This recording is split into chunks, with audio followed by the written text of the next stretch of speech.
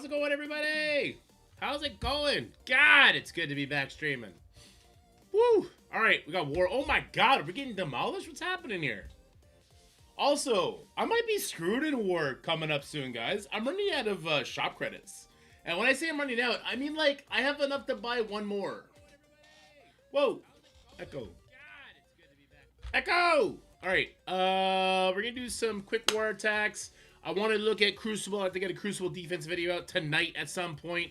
And we're gonna be doing the News with Valley. News with Valley is gonna be an hour and a half. So I say we're gonna do all this stuff. We're definitely not doing all this stuff. We're definitely gonna be doing war attacks, hopefully all of them.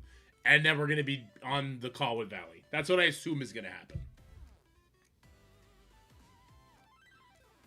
Busy morning. How's it going, Bloody Crow? Joe Rose, Gridiron, Snuggles, Jerome, what's up? PT, how's it going, everybody? Hope you guys are doing good.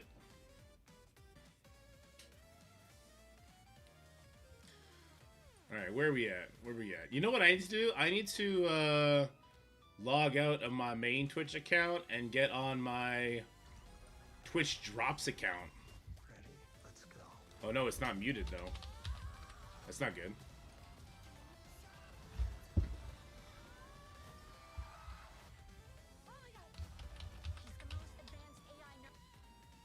There we go.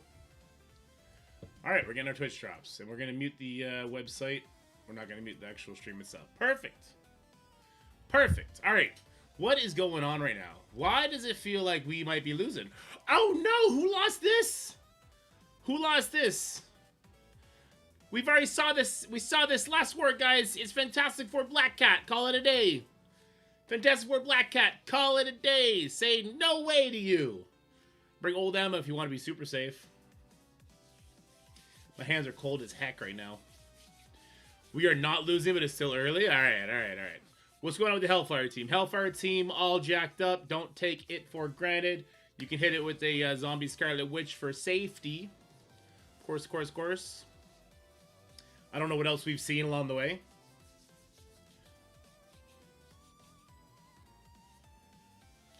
You got a Ladies Sephora. I'm Jay. I got none. I have none anymore.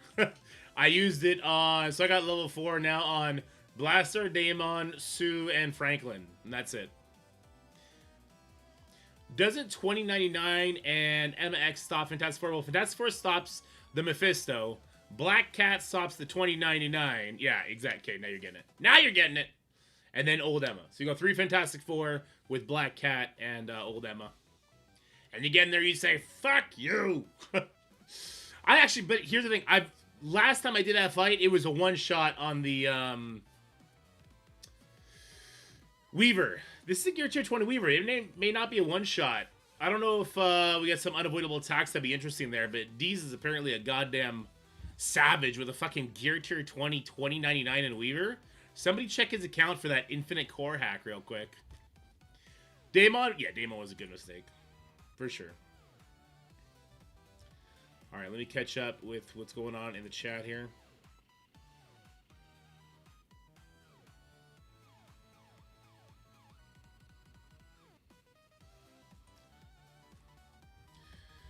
Alright, where are we at conversation-wise, guys?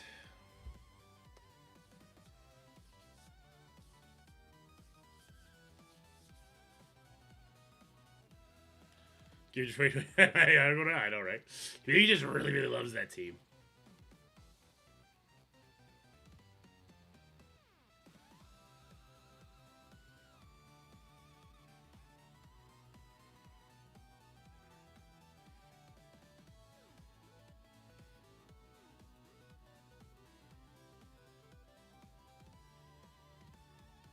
I want to see this match. Let me see this match.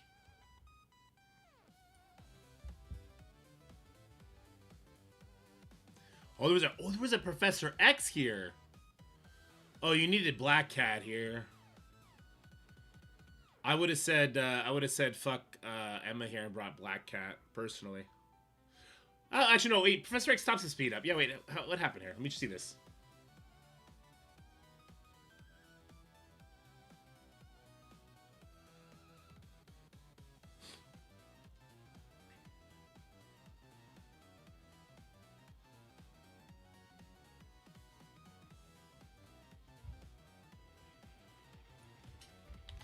Actually, no. F4 Red Hulk APOC was the move. Nah, because of the slow. Nah, 2099 slow.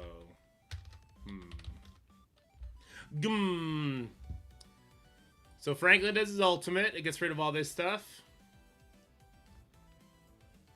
Alright. Is Weaver next? Weaver's not next. I probably would have thrown my ability block at Weaver here. But I guess she's not getting speed bar anyway because Professor X. We're going all in on the Shadow King. That seems like the right target.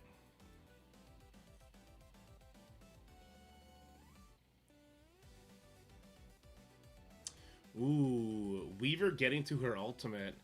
So she... Wait a minute. How? How did she win the coin flip over Johnny? Did Professor X's special give her speed bar because that was considered his first turn? Interesting.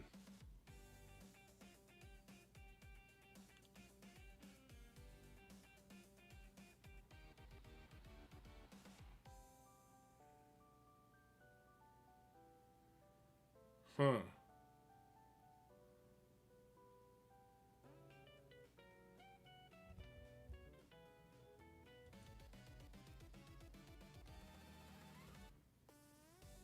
So it's the Weaver charges that ruin this, right?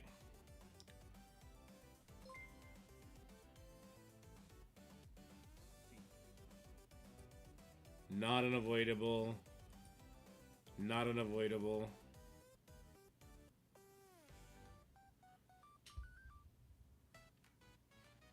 How did Professor X special directly on Weaver, I think, since SK is trauma ability blocked?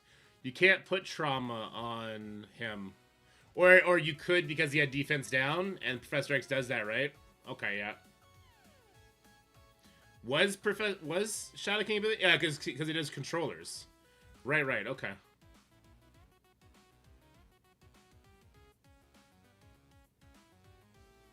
Mephisto performed ultimate. Oh, because he did his passive. Okay, yeah. Basic on Human Torch. And perform special. I definitely would have just basic because she's gonna get speed bar here. Ultimate here. Yeah, her not having vulnerables, but she died. Wait, how does this possibly lose? Wait, how did we lose at this point? The Shadow King passive too good? Why didn't he do this on Emma? I would have hit Emma X here. Mephisto's gonna do what, a basic, right? I guess he killed her anyway, so it doesn't matter. Special here.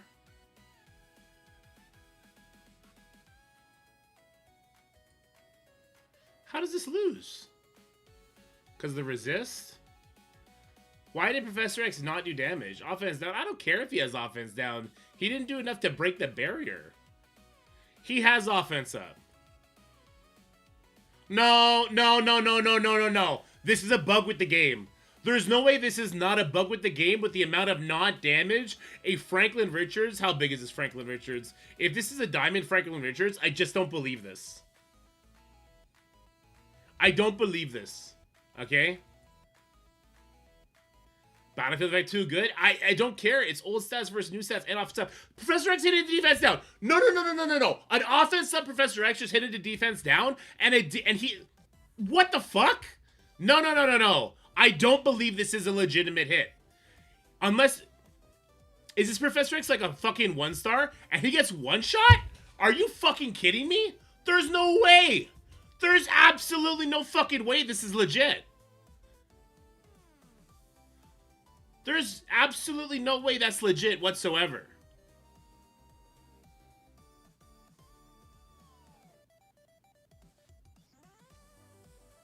And people saying that he should have went for Mephisto first. No. He was right to ignore Mephisto. There's no fucking shot that should have failed. How big... They don't have diamonds. What size are these characters? Okay, well, there's the big mistake. The big mistake was, are these like 5-star characters? He's also not maxed out. What level are these characters?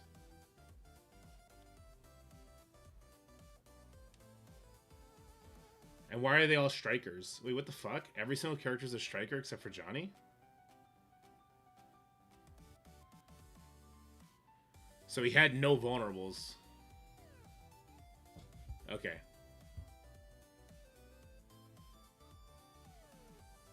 I also don't have diamonds on my Fantastic Four. That's fine. Listen, even with the lower stats, I don't believe it because it's still old stats versus new stats with offense up and defense down. I just don't believe it. But it's definitely poor ISO and it's a big punch up. Yeah.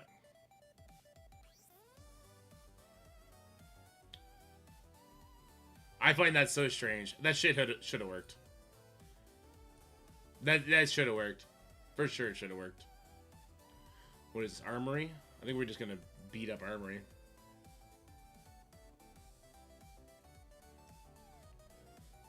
What up, Eddie?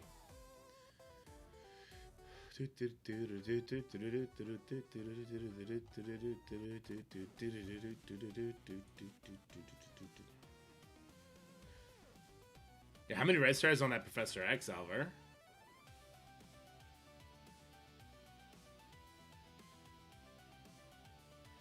I think that they're ruining Professor X for a lot of people who didn't get him date like fucking first 60 days. You need to give him the red stars.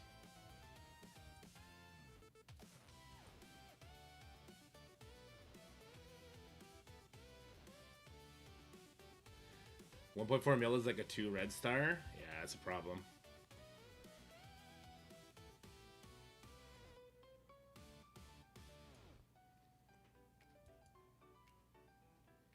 That's a problem.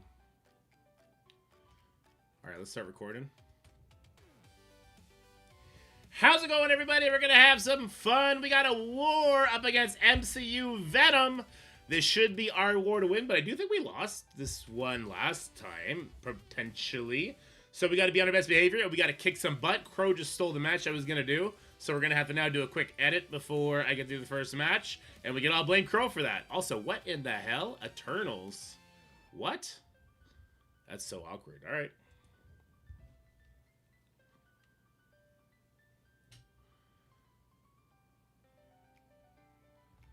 Nope. Okay, I'm just fucking around.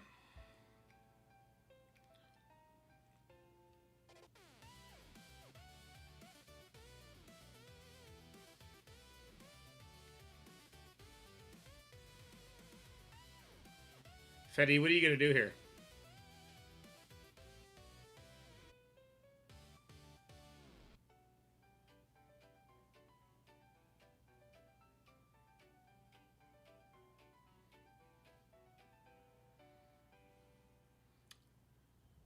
FedEx for Red Hulk Apocalypse? No, that won't work.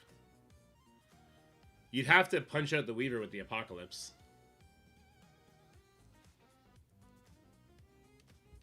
Red Hulk Apocalypse. I'm just worried your Apocalypse is going to get yeeted by the... Yeah, I'm worried your Apocalypse is going to get yeeted by either the Shadow King or the Emma.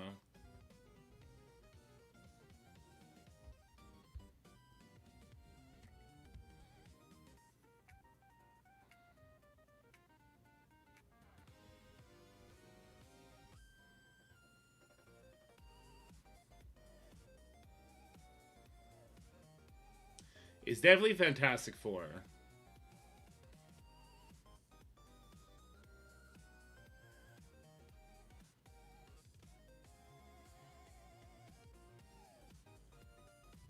Which, do Fantastic Four have any unavoidable abilities? Like, do they have any?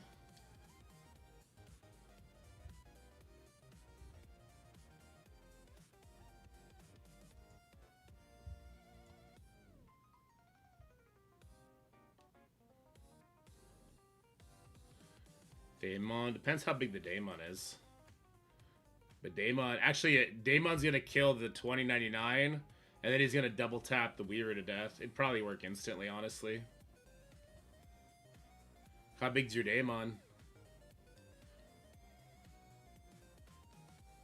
Frank, alt, and read special unavailable. That's it? If overpowered, Franklin probably kills her because of overpowered. Gear tier 23 red star.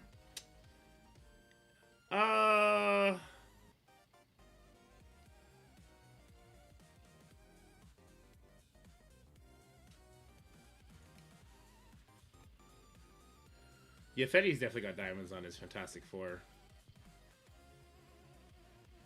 Alright, Fetty, run it. Show us some good fireworks. Show me the fireworks, baby.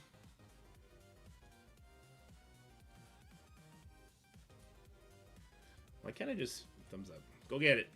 Go get him, Tiger.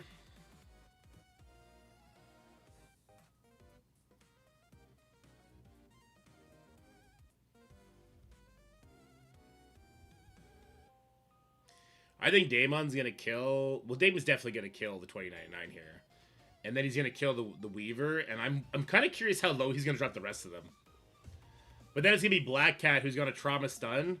You're going to throw that stun on the Emma. And then you're going to kill the Shadow King. And the Mephisto's going to do nothing. Yeah, it should be pretty clean.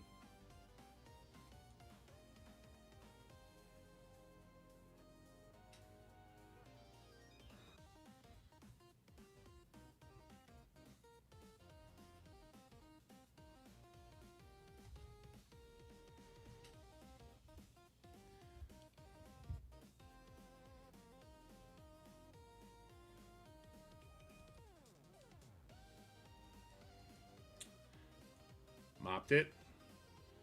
Was did Daemon just kill everybody? What up, Briston? So were we overthinking it with Emma and Professor X? I'm guessing we were, right? Like, you just let Mephisto take a turn. You let Mephisto take a turn because he doesn't do anything with silence except give you exhaust, which sucks, but it's not the end of the world. And if you can stun her, then it's over. Damon even had offense down here. He just said, get the fuck out of here. Why did he get offense up? I don't know why he got offense up. Oh, because he flips it or some shit like that, right? When he does his attack? Alright. She already had ability block because she's a controller. I guess that's true, too. Franklin ult here. You're targeting Mephisto, too, and you could have been targeting Shadow King, since Mephisto does nothing. He's going to lose his buffs here because Emma's on the field, right? Or because she's... Oh, because she's stunned, his health trigger doesn't apply? That's hilarious. So because she's stunned, the health trigger doesn't apply. I didn't know that.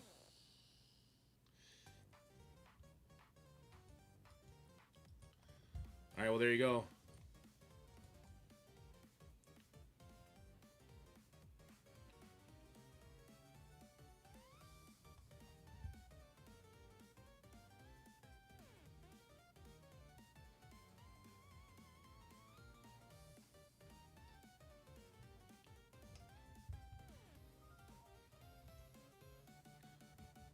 I think Mighty Avengers works there, Jay.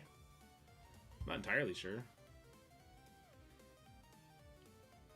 Damn it for the win, baby.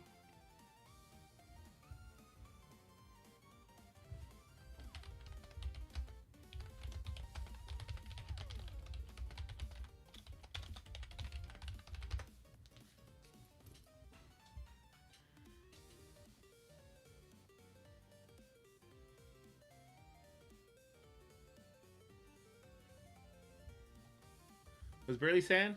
I gotta do limit CC bracket. Any defense suggestions specifically to make him suffer? I don't have it. I have not looked yet. Yeah.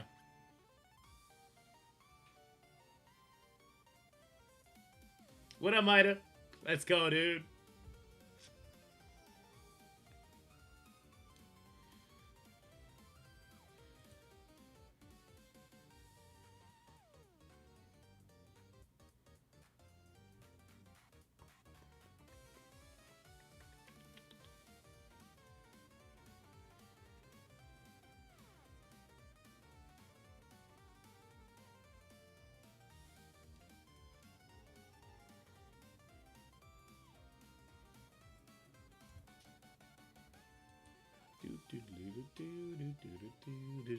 Oh, there's a Johnny here instead of a Coulson.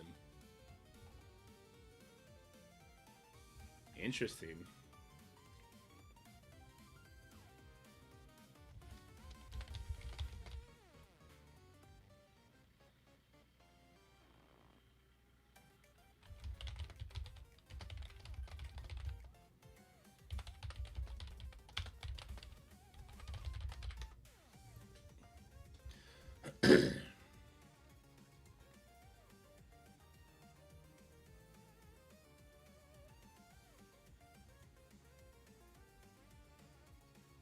I might use my MA here instead of J because I got the overpowered.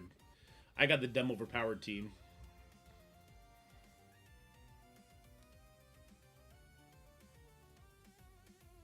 Interesting that it's not skirmish or striker combo. Damn, Burnsy coming in with the evilness.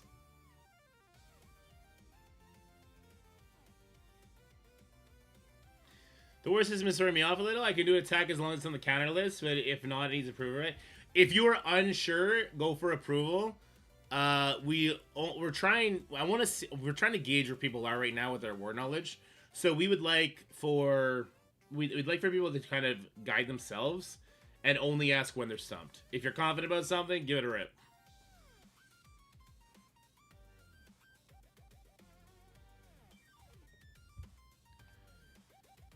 All right, we'll give this a shot then.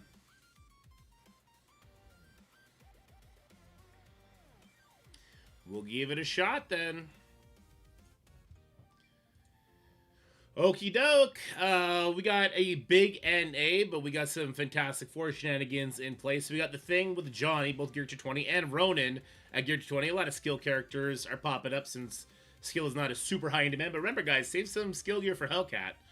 So, I've been told MA works here, but she did match overpowered levels. Wouldn't you know it? I did something stupid. Let's see if they're going to fail me this time. I've also heard enough people crashing with the Vision ult that I'm just not going to do it, even if it's available to me. Yeah, I just won't do it unless like I'm going to lose the match if I don't. But then again, I mean, losing the match, so long as it's an easy cleanup, would probably be the smarter call anyway. We'll see. We'll see. We got to take a couple hits from them here. Security is not in effect for us because we do have the immunity on spawn. So we're not going to get stunned or anything. There's lots of RNG on where these hits are going to go. We do eat nasty Terminator Rewind, but very little damage has actually happened so far. But the overpowered characters are coming in hot. Okay. Offense up. Yeah, that hurt. That hurt a lot. I guess we're just hoping Johnny doesn't kill me here now.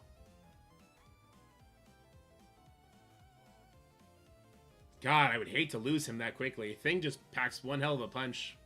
I guess that's the barracks buff giving the offense up, I would assume. Alright, do I get to do attacks now? Someone tell me it's my turn now. Wow, get absolutely wrecked. Yeah, sure, we'll do the special, I guess. Boom. Let's go ahead and we'll special here. Okay. Goodbye, Human Torch. We'll ult here. Boom. Goodbye, everybody but Thing, I guess. I'm just gonna basic. Screw this guy. Get off my... Oh! I spoke way too soon. Hercules finally gets turned, and we'll call that good. Alright, yeah. I guess Falcon died, it wouldn't have mattered, so that's good. Because he didn't actually do anything. The rest of them just fell over. Alright, cool.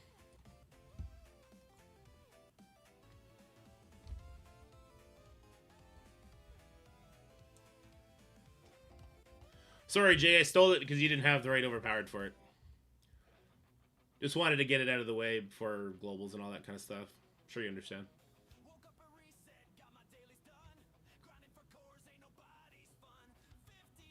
This is the song.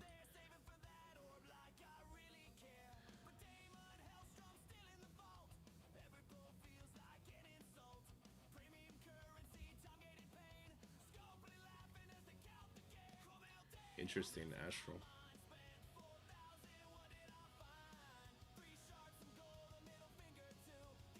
Oh, that wasn't what you're trying to get? Okay. Red Hulk Apocalypse would just smash this. You wouldn't even need to think about what you're doing.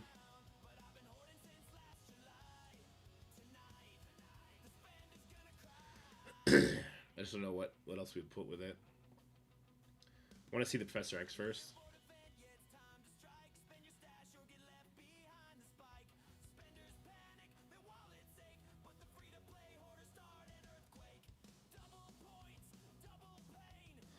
Probably doesn't have the highest damage here. So we've not used many liberties and stuff like that, right? They seem very offense heavy too. Have we seen any absolute A-Force either? We probably just need to start fucking flinging our favorite teams at things.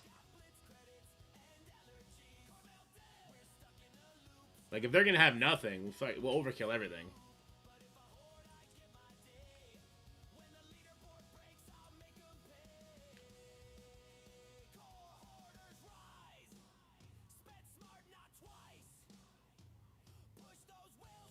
Here we go. Here's one. With an actual absolute member. Crazy. You're a good deuce. Let it fly, buddy.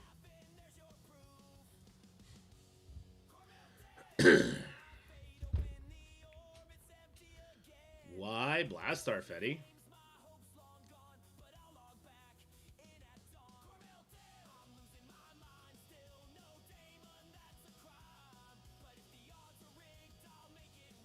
Why not Domino with the offense up?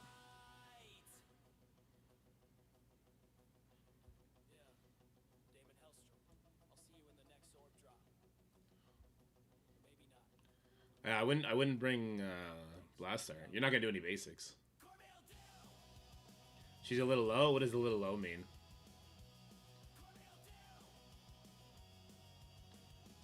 Is she at least 105 geared to 19?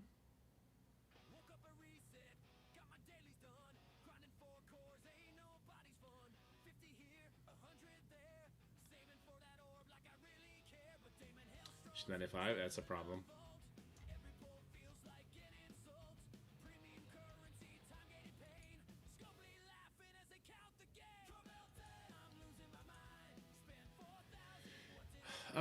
Can do Apocalypse. I don't know about that yet. Yeah, we haven't seen reason to use Lib Mephisto yet, so I would just use Lib Mephisto. Benfetti.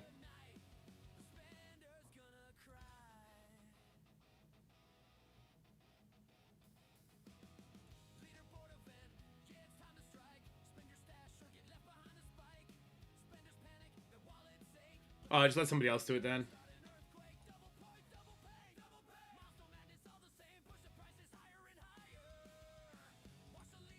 I'll do it so we can get going.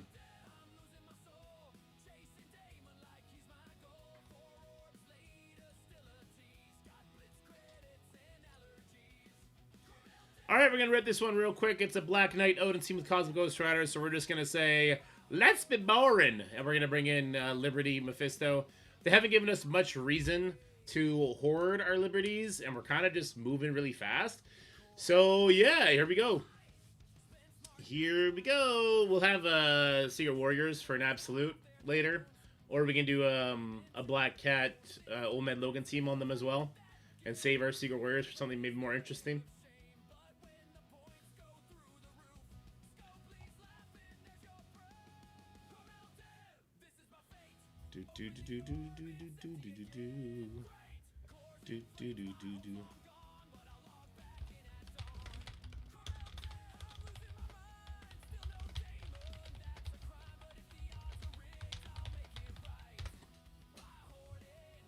All right, let's get rid of him.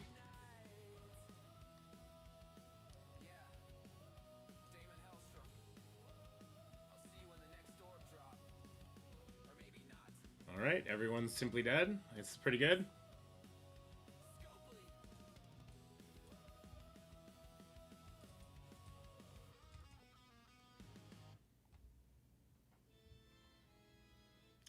I'm gonna basic for bad manners. Get him out of here. Oh, I should have ulted. I know. Doesn't matter. Get him out. Peggy, do it. Do it, Peggy. Jesus, Peggy, kill him! Ah, let the devil do your work, I get for you, I guess.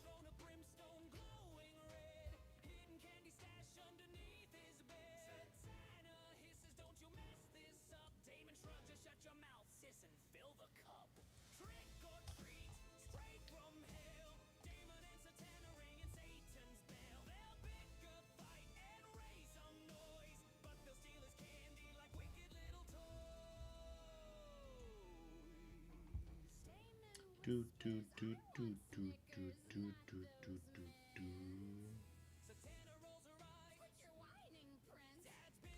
do. Dude, look at that mop on your head, brother. My shit is clean. My shit is clean.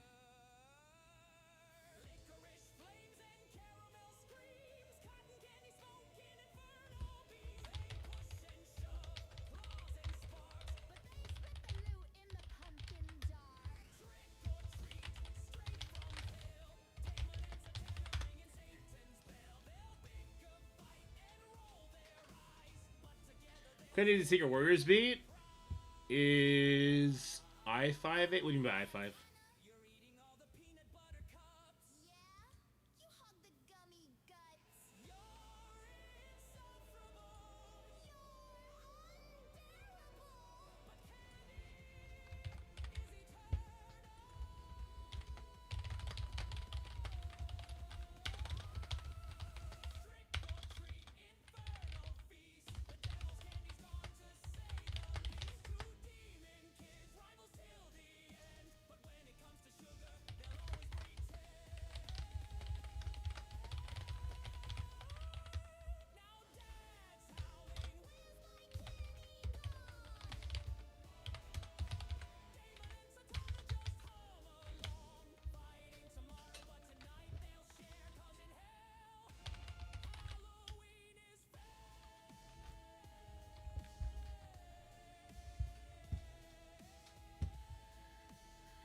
All right.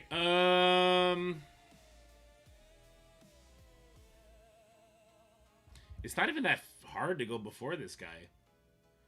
Does like Night Stalkers go first here and instantly kill?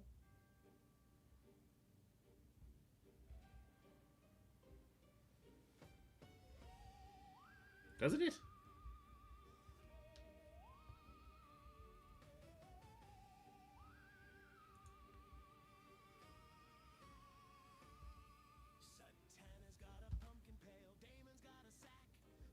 I need to get off this music. Hold on.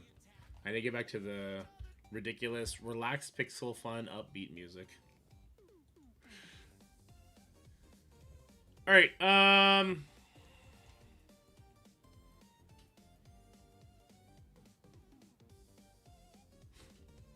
What do we normally do here again? Emma doesn't work. Daemon probably works.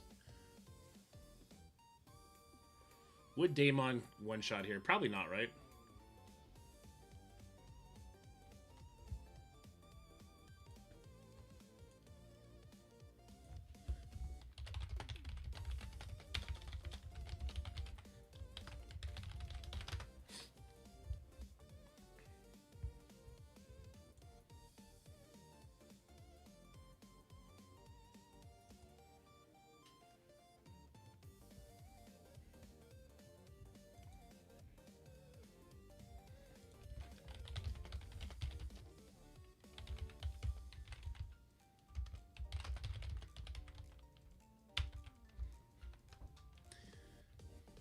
I'm not wrong, right? There's no reason why Apocalypse won't just murder this. Shouldn't be.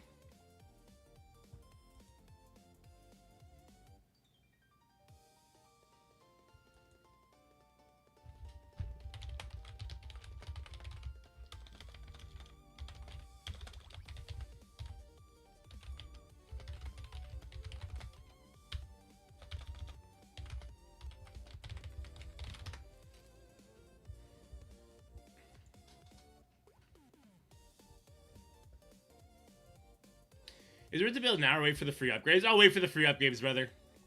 No, wait for the free upgrades, Mata, because you're like a very free-to-play player. So wait for them.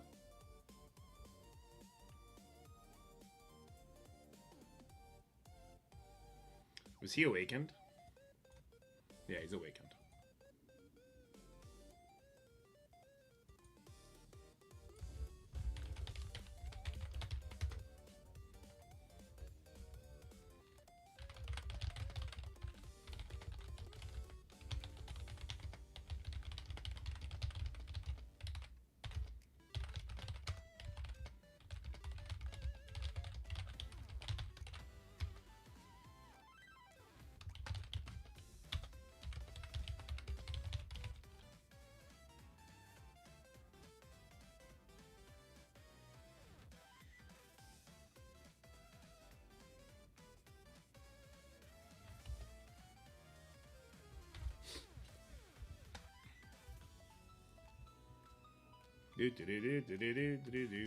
Kyle Ken, let's see. So here we have, let me see. I don't like the size of your team. Get out of there. Nah. Let's get someone bigger to do that one.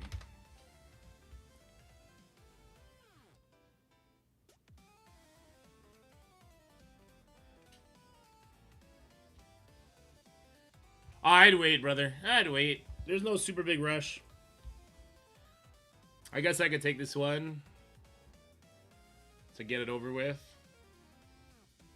My stuff matches a bit better here. I really do want to try Daemon here, but it wouldn't be the right move. It wouldn't be the right move. So we grab Songbird. We grab Storm. Ares. Black Cat. Quasar.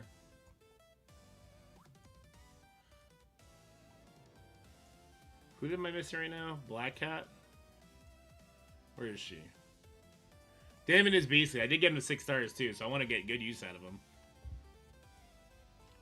Where's Black Cat? There's Black Cat. And my last character was Storm.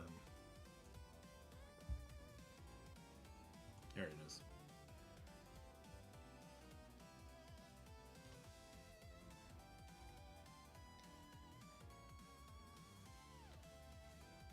Gets rid of the stealth.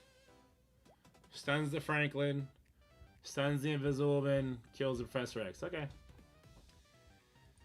Alrighty, we got a Professor X with Nightcrawler, Fantastic Four. We're going to hit it with Quasar, Ares, and a bunch of characters that go before the Fantastic Four so that we can nuke that Professor X before he understands what's about to happen. So let's get in there.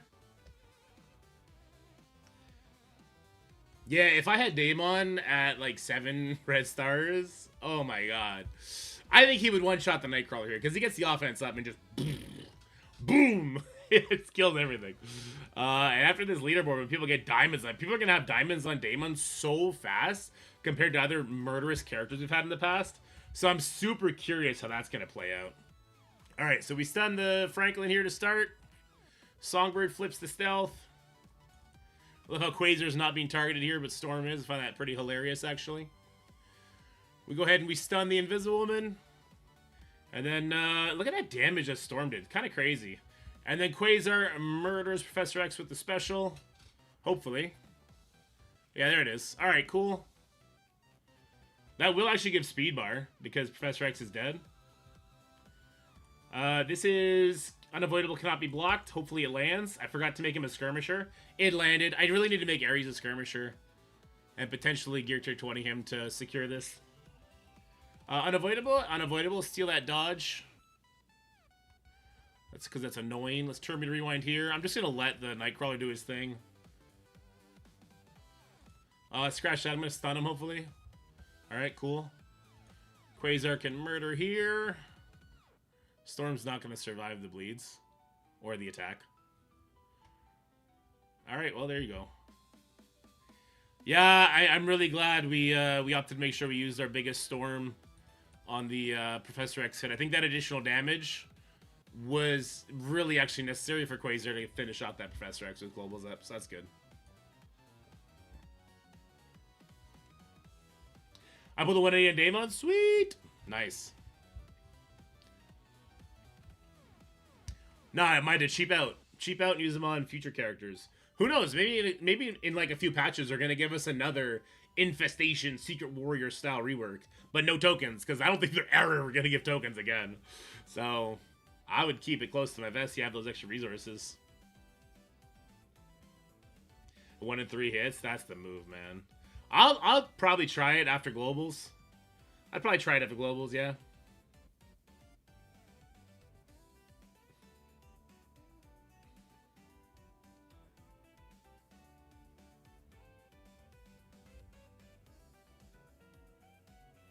Oh no.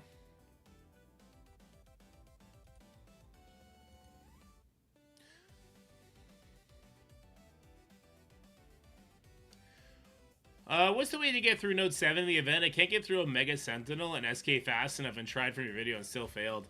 Brother, I think I got lucky on the reset amounts that I had to do. You gotta reset a lot more. Daemon actually bugged too? How is Daemon bugged? Yeah, Note 7, you gotta hunt for that good RNG. That good RNG. Probably play around with ISOs to try and get defense down on there too.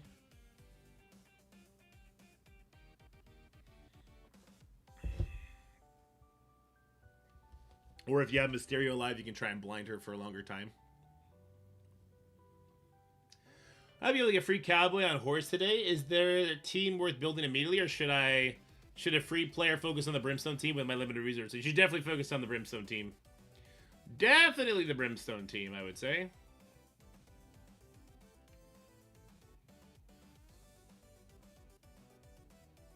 Two hours last night? Yeah, it's a really, really hard trial compared to ones we've had before.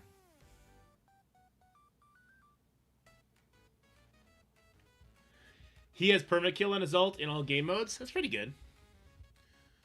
Brimstone also has Conqueror tag. Yeah, they're needed. They're needed.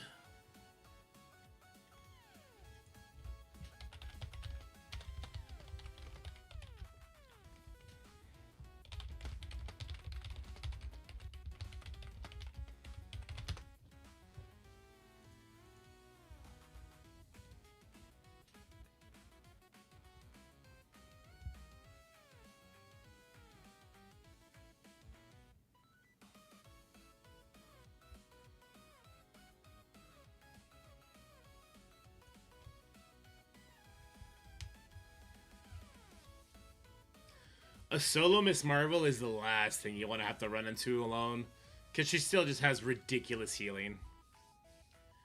I don't know. She spawns the charges in War 2, right? Oof.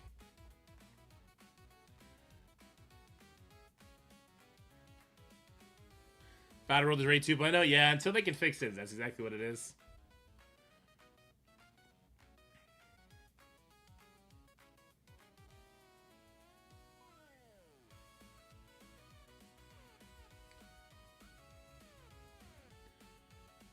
What can you clean up with a solo Miss Marvel Classic? It's a good question, because she just gets too many goddamn charges. Why is Twitch now making me subscribe to earn the MSF Twitch drops? It shouldn't be. It should happen automatically. Mighty Avengers? I don't know, man. She has so much resist. The go-to is normally like an Old Man Logan, but if she's spawning in with them, it doesn't help. Or an Ares, but we need Ares for all the Professor X's. I wonder if a team like Orcus with just so much sustain can try and get it in there. You can't use Ares on this. We need Ares for Professor X. Yeah. Assuming they all have Professor X and Nightcrawlers with them.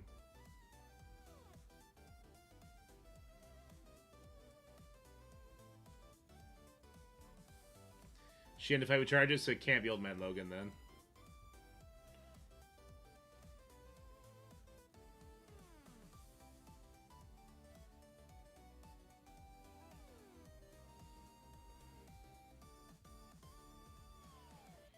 Let me tell you, my burner Twitch account is not subbed. I'm not paying myself to get Twitch drops, so let me check.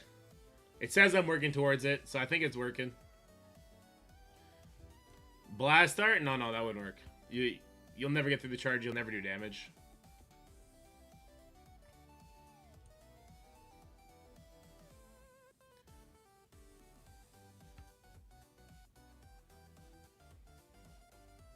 Hal's checking it. Give him a sec.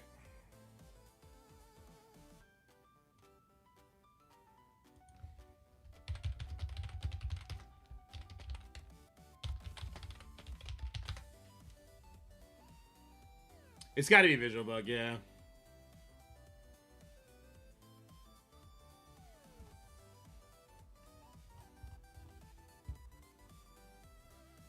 What do I want to do here? I've not had to use Undying anywhere. I could use Undying somewhere.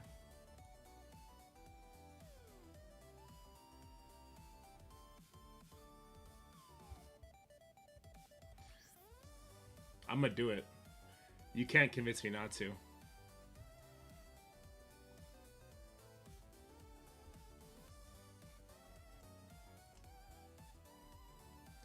So we stop their speed stat, but they go first. He does his thing. She does her thing, and I win, right? Pretty sure I win this. What's the name of that burner account? Mike Wazowski! It's Mike Wazowski! Get wrecked. Alright, we're going to be trying our Vigilante team here. I'm actually not sure how this will go, but I wanted a team with immunity on spawn to stop the defense down, which is going to help me for a total of like 3 seconds, because then we're going to get hit by the Nova ultimate, which is going to give us, I think, defense down, or flip a bunch of buffs at the very least. Then we're going to get hit by the Lander ult, because the Chavez is speeding everybody up. And we do our thing. My troll moderator is banning my account that I used to get Twitch drops. Send help. What do I do? How can I fight him in real time? Is the sound still good for you if it's huge as hell? I'm testing that right now. Yeah. Depends, like, putting that fiber in it, just no sugars. And then, like, don't eat for the rest of the day. Oh, this is... Ooh. This is buffed by Barracks here. This is kind of scary. Did we just lose our hit monkey? Oh my god. Thank god we got the taunt still. Woo, daddy. Woo, daddy. Thank you for the taunt. Appreciate you, big guy. Get the fuck off my screen, you psychopath. Was she a raider? Was she a raider? Did I get, like, unlucky raider crits or lucky raider crits? Oh, she was a raider. Oh my god. That would have been so bad. I think I still would have killed a lot of them, though. I think it still would have been fine, but it would have been really ugly. Nobody should do that attack ever again. Ever. Especially if they're buffed by Barracks.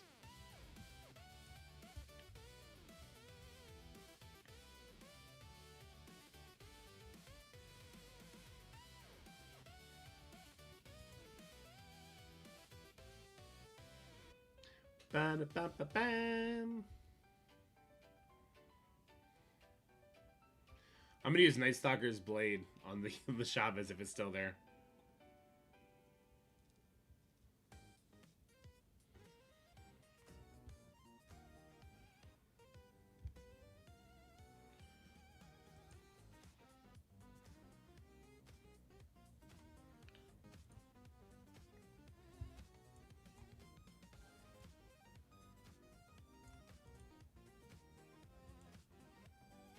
I'm pretty sure even without Kang, I would go second or first here.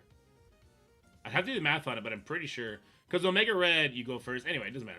We won't risk it. But Cable or Kang? I'm thinking Kang. I'm going to do Kang.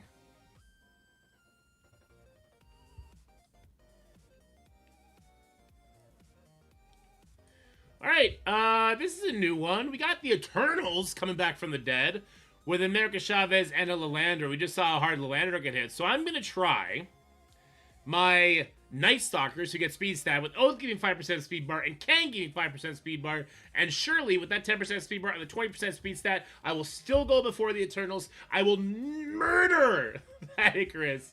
And we'll go from there, right? Right? Because I'm going to get to put Slow out right away with Kang. He's definitely going first. He's so... actually, no, he doesn't speed stat. Well, we'll see what happens.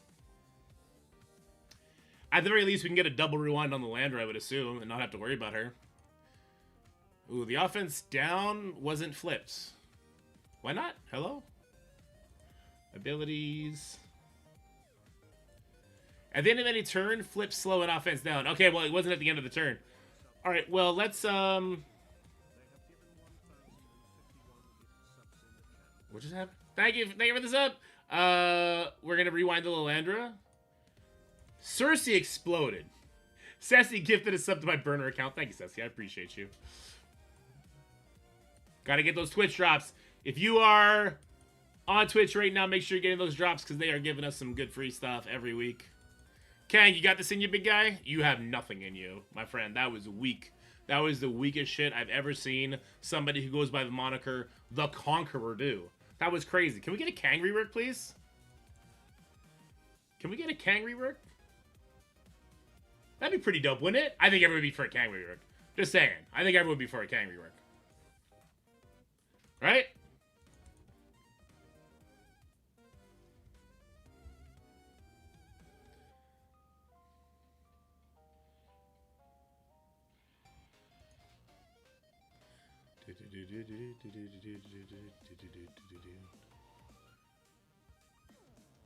Camera counts like actor. Oof! Big oofs!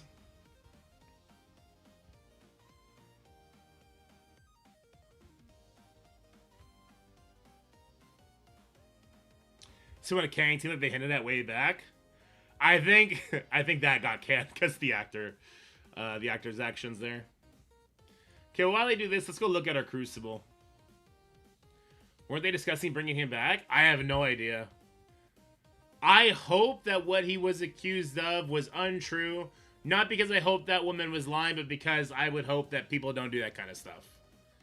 And also, he was a really good actor. But that's besides the point, right?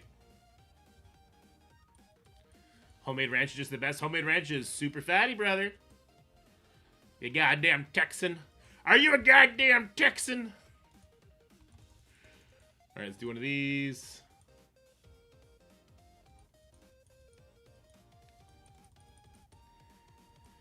I don't know if he was a good actor, but he was great in Loki. Oh, he was amazing in Loki. He was amazing in the Creed movie, too.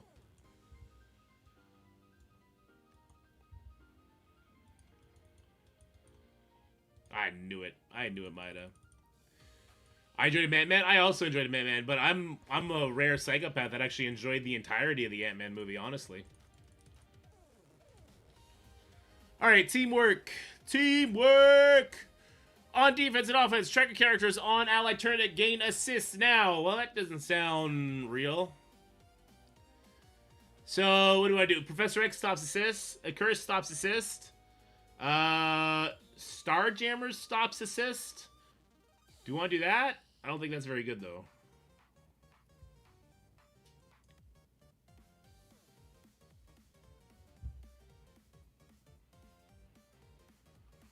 What's open wound? Apply bleed, garbage. On turn, gain deflect defense, garbage. On spawn, gain revive once with 60% max health. So Professor X here, right?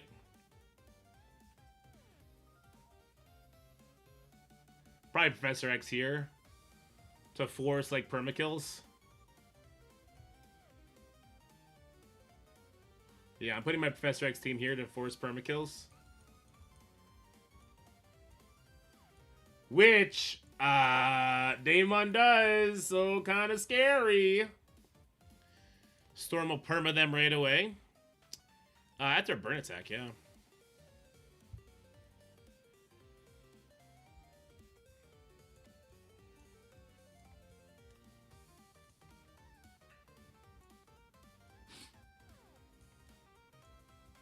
Where's APOC?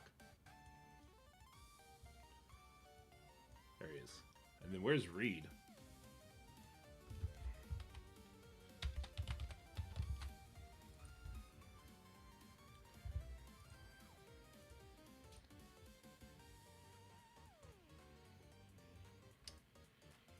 Sure.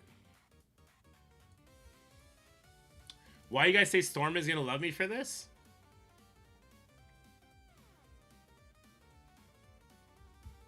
It's such an easy two-shot. Yeah, but it is a two-shot. Right? And the hope is that by having a Gear Tier 20 Apocalypse, with his extra life, Daemon's not going to one-shot him. That's the hope. I'm going to be running into people with 7 red star Daemons, right? Any other character I put in here is either going to then leave them open to Emma counter, so I might as well just keep Professor X on offense at that point. So I have to put Nightcrawler or Apocalypse here.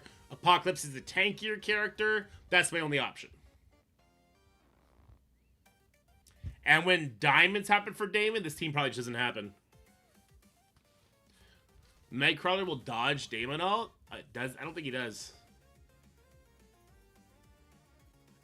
Am I crazy? Every time I've done that match, Daemon just one-shots the Nightcrawler. Is it because I'm bringing in certain characters in War Practice that does that?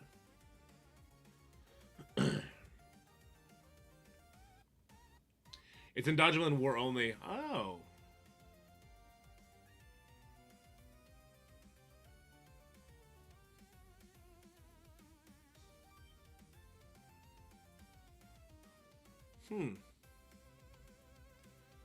Let me simmer on that. I'm not Gear 20 Nightcrawler. Hell no. When a negative effect is applied to a character, increase the negative effect duration of all negative effects on that character by 1. On turn, clear all negative effects on self and gain speed up. With speed up, gain 20% speed. What the fuck is this room? Is gonna 100% be broken. Is this a room that somebody made one day? This is gonna be broken, right?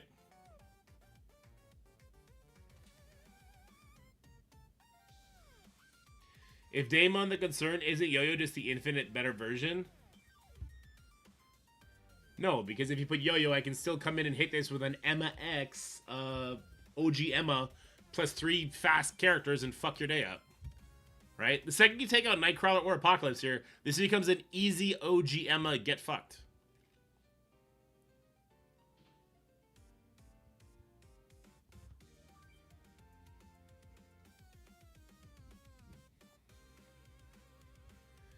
On turn, clear all negative effects and gain speed up. With speed up, gain an additional 20% speed. With bleed, offense down, trauma, or disrupt, gain. Okay, so this is a big room, obviously. You don't want to put a cursed here. That's not good.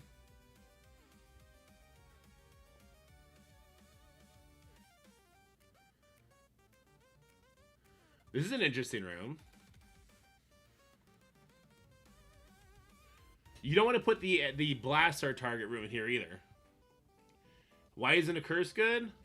Because a curse don't really get negative effects. Let it, Mega Bros.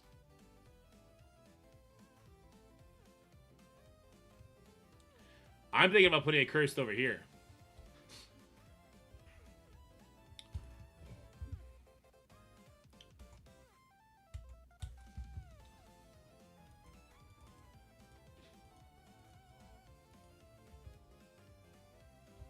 The only negative effect they can't gain is trauma. Well, they can't gain defense down. I don't think they can gain slow.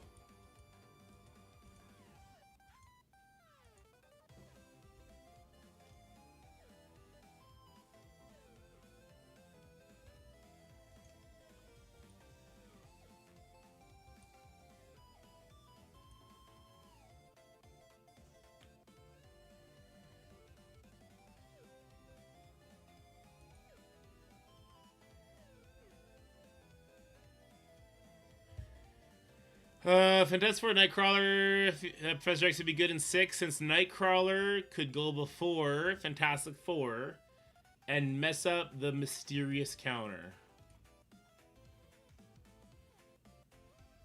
Oh, because he has speed up, so he goes before them.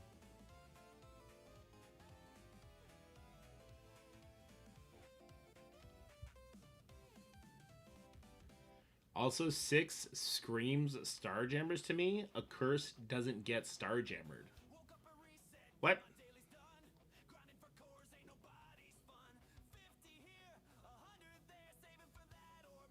What? You would not want to put Starjammers in this room at all.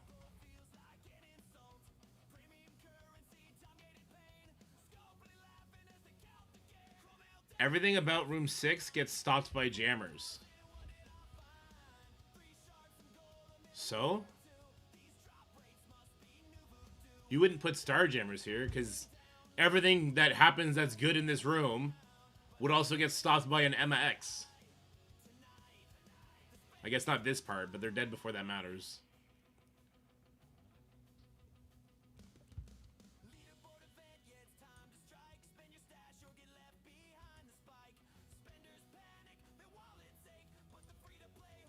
Where am I going to put my Starjammers?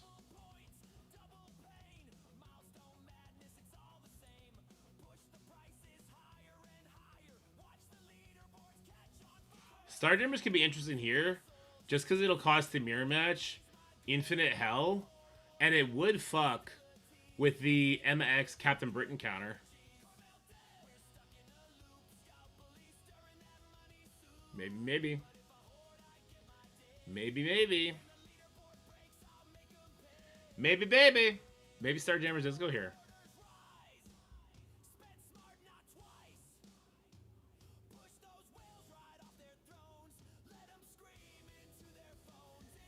It do nothing into sack individual any. I'd like for you to just think about what you just said. Emma X Captain Britain Gore. That would certainly help. Would you have enough damage with the other two characters to get through it, though? What are the two characters that you bring?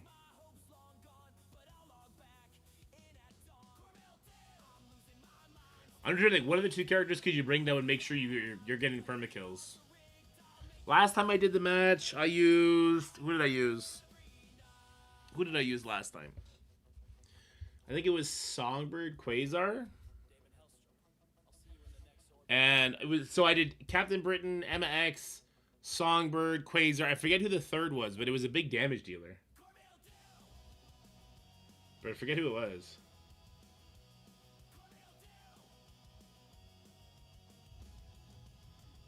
What's going on? I'm seeing the word chat.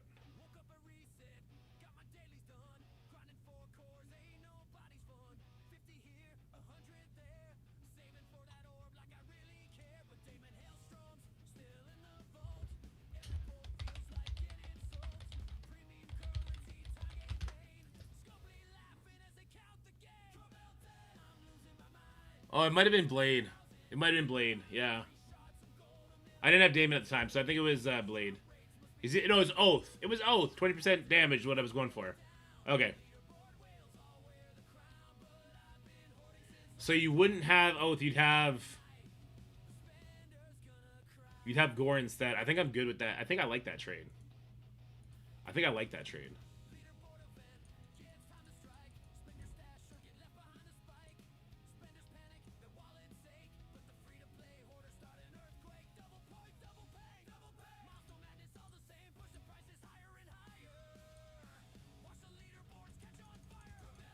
I'm putting all my fun tools on defense. I love this game. Woo!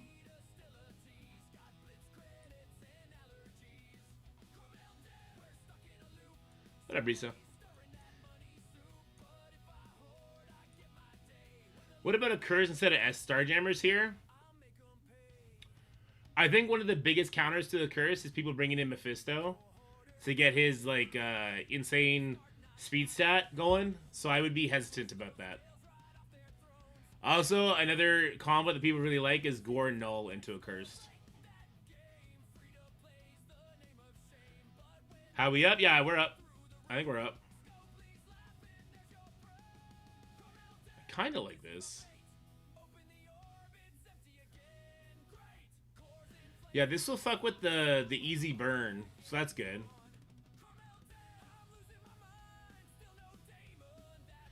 Room 6 stops Mephisto? Why? Because of this? Because he does trauma when he does his basics, so they all gain speed stat? Oh, that's true. That's true.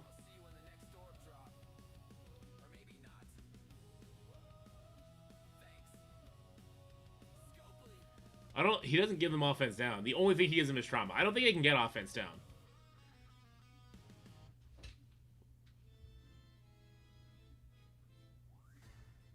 You can't gain speed up against the Curse, so that's good. He gives bleeds? Yeah. That won't matter though, right? Oh no, he doesn't give them trauma. Does he? Are they immune to trauma? Doesn't Satana make them immune to trauma? So where it comes in is a Curse immune to trauma. So it's on the bleed when he does his basic.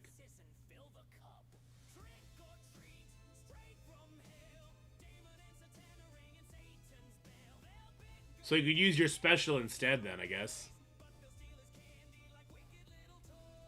His Empower Attack does bleeds, so Juggernaut gets bleeds. Okay. Right.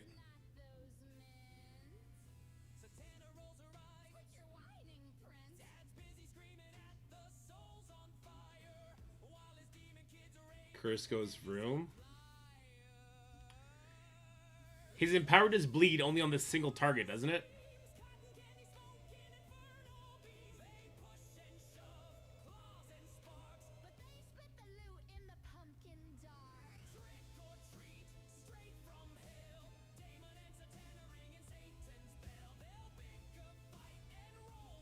Bleeds you on the entire team. Okay. Okay. So Cursed are nasty there.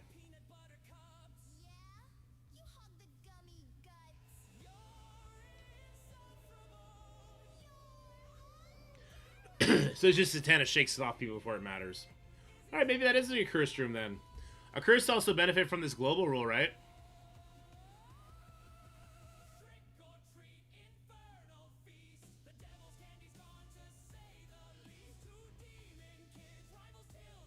So they'll heal up all the way. It's not really much. Not really much.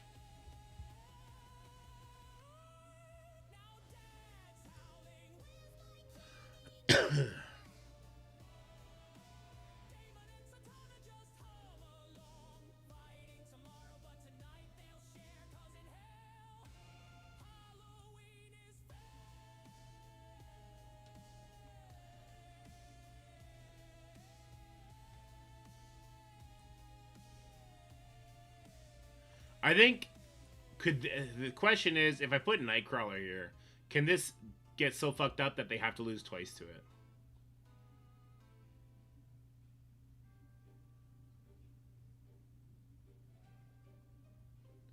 I mean, an opposing team to a curse opens with ult. Huh?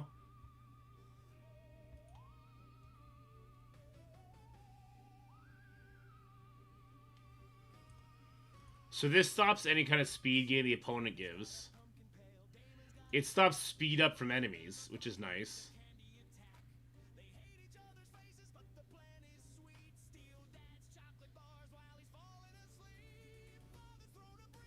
Is the cursed leader in 6? No, I don't think so.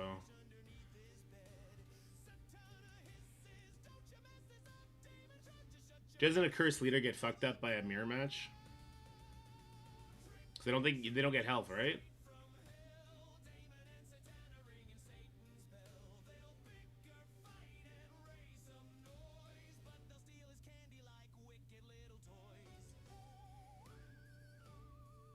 Is it damage, not health? Okay.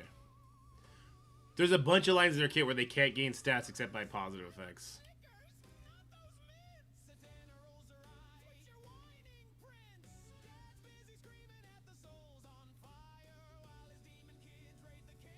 Hood doesn't stop health increase? Okay.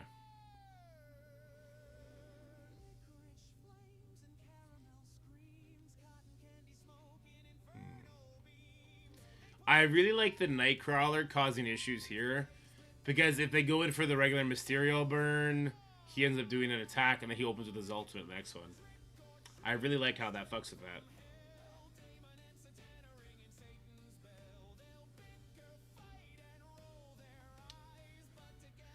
I really like that, because I feel like that could maybe lead to non-clears.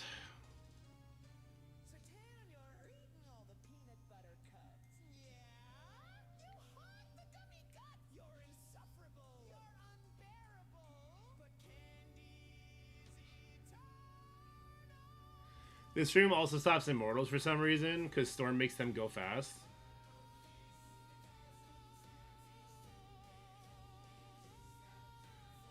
Because she does trauma super fast. True. So this would extra fuck with the 2-tap method for that. You'd have to do a Professor X. I'm actually gonna leave it because if somebody puts a curse here, I would hit it with Mephisto MX. Right? I don't know what I would end up doing against an enemy Starjammers without my MX, so that would become a problem. But I would hit it with Mephisto MX so they don't get the speed stat.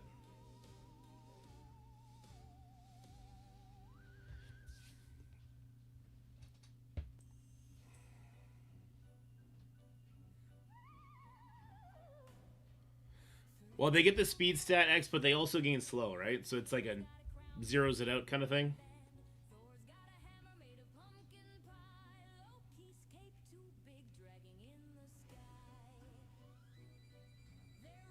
They gain drain, yeah.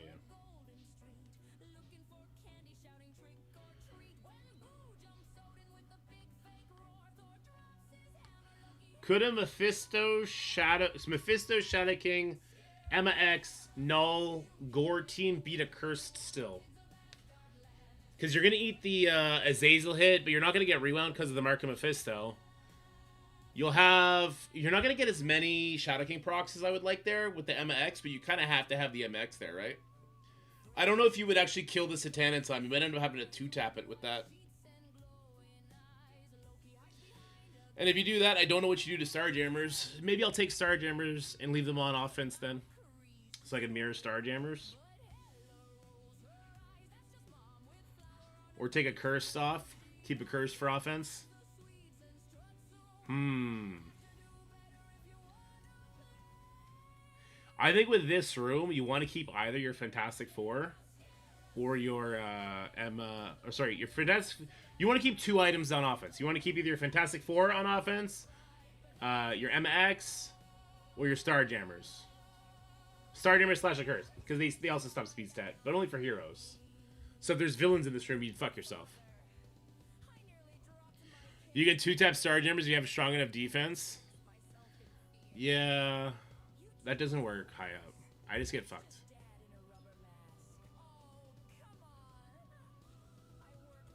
So this stops assists, and then they gain assists. I kind of like that.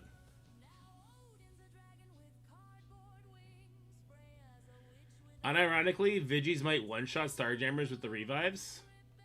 Ooh, because they don't have any permakills. Ooh, they don't have any permakills. They'll get the speed stat, or sorry, the speed bar, but not the speed stat against Vigilante. You might be right, Kev. You could be right. Although then they'll revive as well. Oh, they won't revive because Hitmonkey. Yeah, you might be right. So this is probably a trap. I might keep Starjammers for offense then. Because they can do a mirror matchup, or they can fuck with like a Mephisto or something, and Odin can go do some other shit somewhere else. Okay.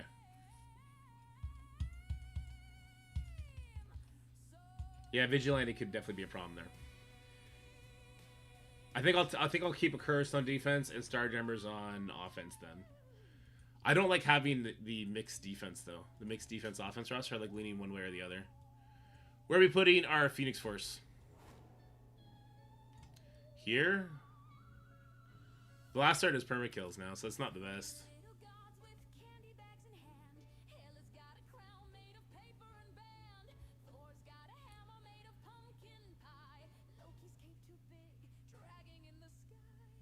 Up your butt, yeah.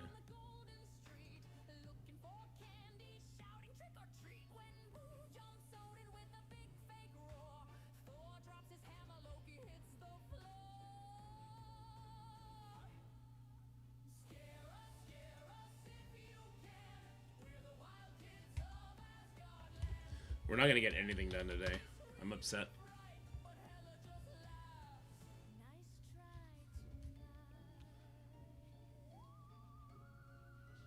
Odin gets drained. A non-mythic, right?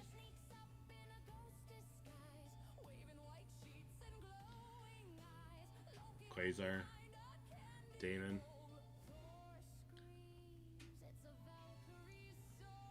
I don't know if the drain is going to be that applicable. We'll see.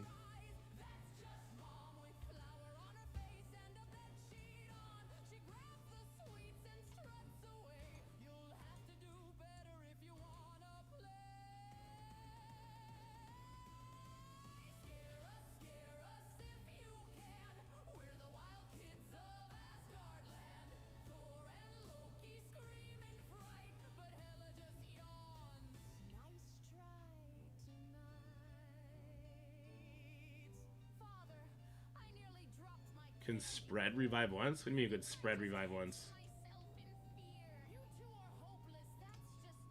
You mean just have more rooms that have revive once in play? Phantom Rider's too slow to matter.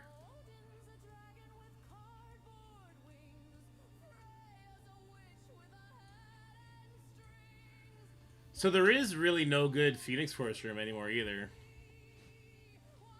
There's not really a good Phoenix Force room.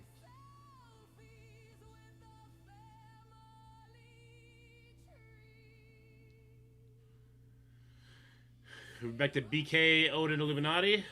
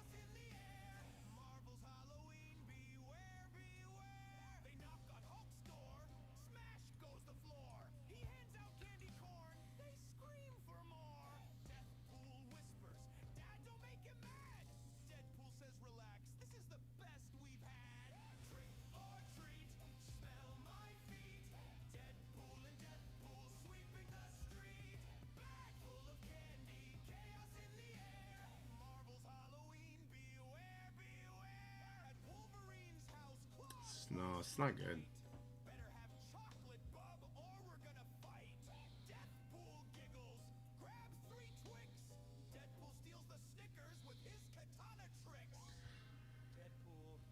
Like, Old Man Logan teams will beat this. Fucking everything's gonna beat this.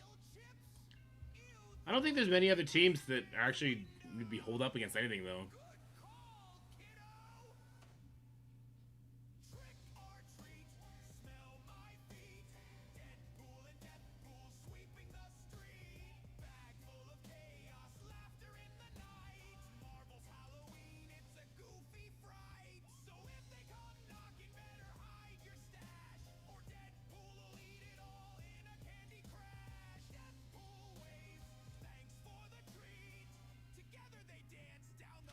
They're slow for an offensive and a defensive team. That's why I like having her with them, but...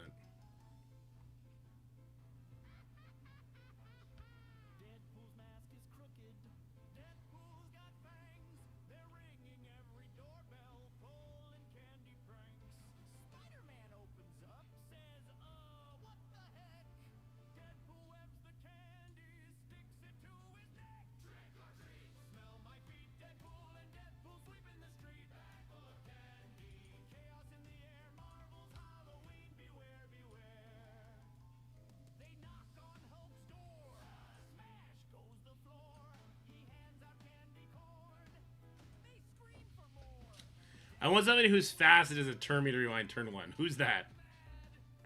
There's no good option.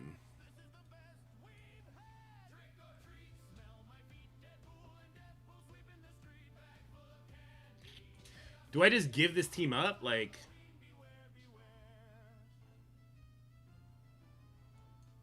Red Hulk, yeah. I might just have to give this team up. You just let it lose.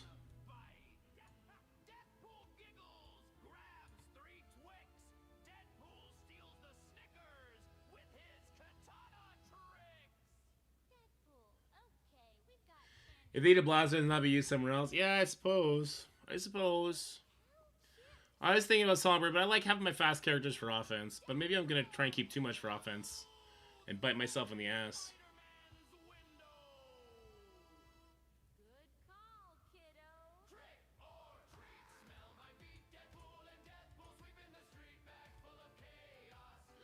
Oh, having to fill this much teams is not good.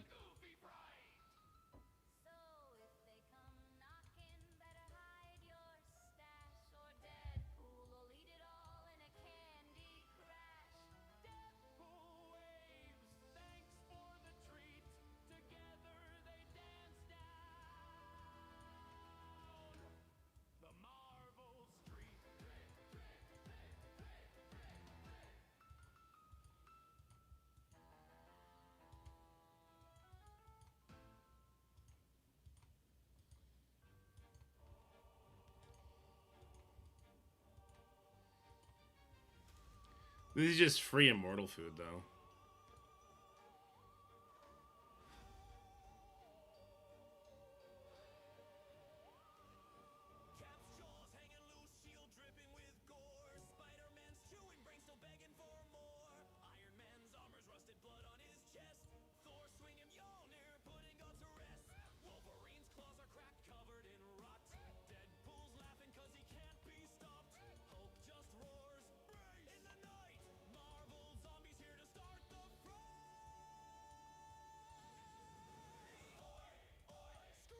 I'm gonna have way too much on offense if I keep this up.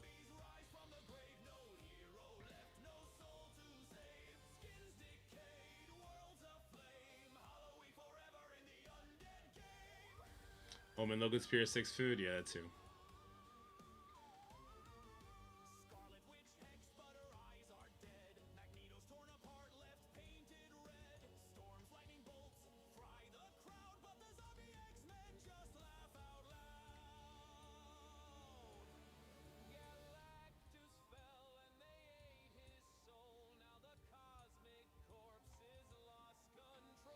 Cursed is on D.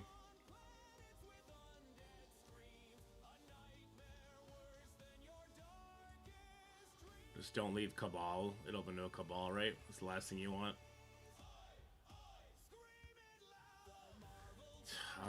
Do I put null on defense? Again, if I run into a curse, I'd probably want to do like a Mephisto, null, gore. Mephisto, null, gore, fucking, Shadow King, Emma X.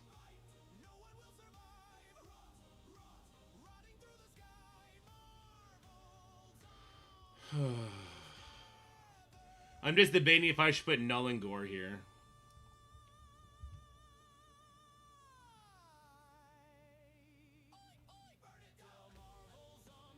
I think it's still very one-shottable.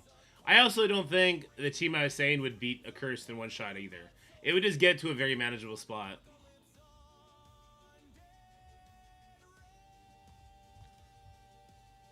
Like, I don't think Shadow, King, Emma X, Null, Gore, Mephisto would actually beat an Accursed in Stage 6. It would just get it to an easy cleanup. Although, if you're going to do that, you might as well just do a burn attack into a Curse and hit it with Vigilante. Same shit.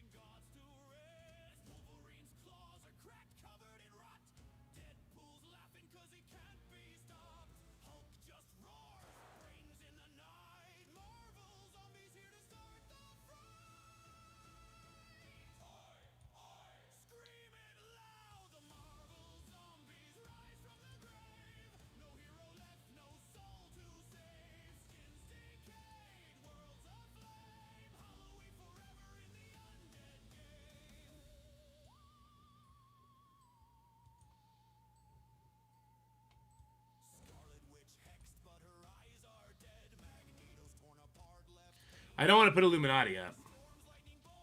I like Captain Britain on defense too much. Although if I have Starjammers on offense, then I shouldn't be relying on Captain Britain for that.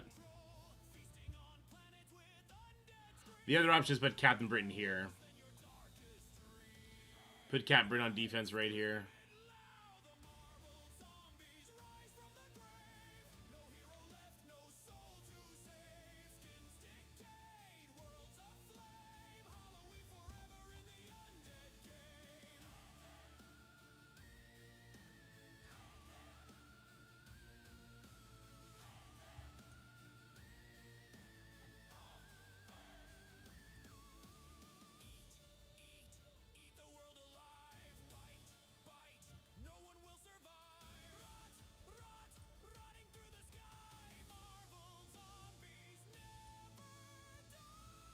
Does Professor X stop assists even after he has exhaust?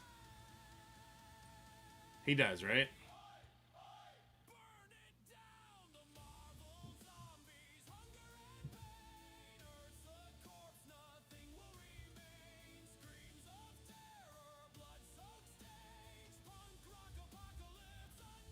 No. Okay, so he's not good in stage 1 then. Where is it? Where is he?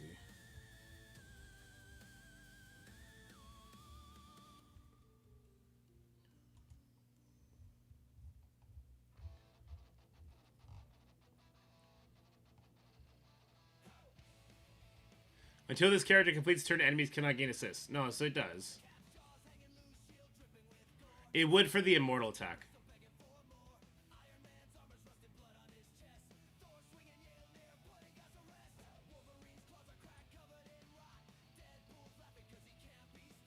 Well, no, they can get one shot if I have enough. Do immortals stop assists? No, right? Immortals don't stop assists, do they? Immortals stop assists. Oh, okay. Okay. Wow. Well, I don't want to do this then.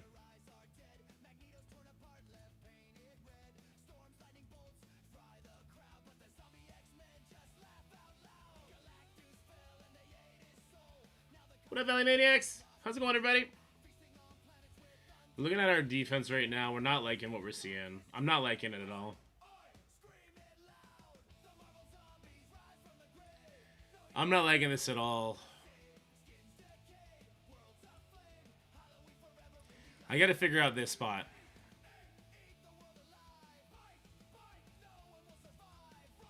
Part of me kind of wants to put Doom here, or Dorm here.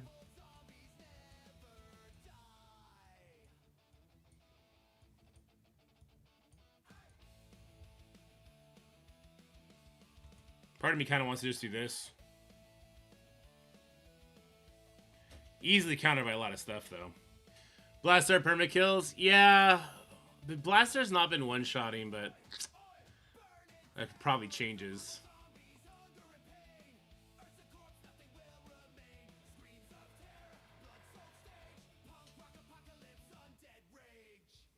Yeah.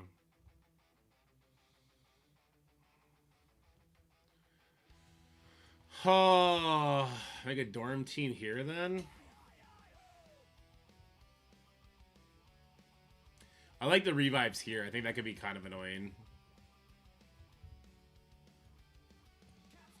This just feels free. Feels free.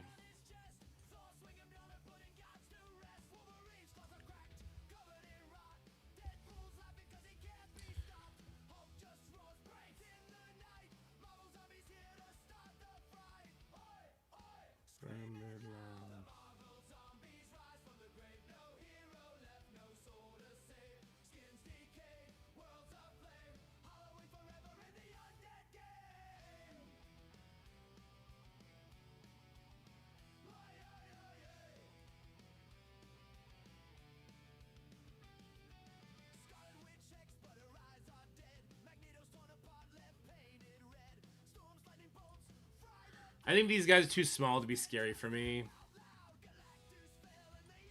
I think that it's just... my character's too slow. Or too small.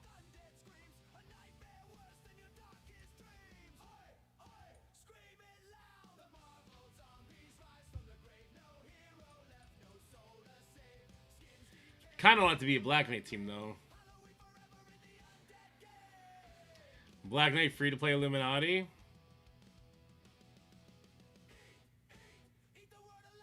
Just so easily countered.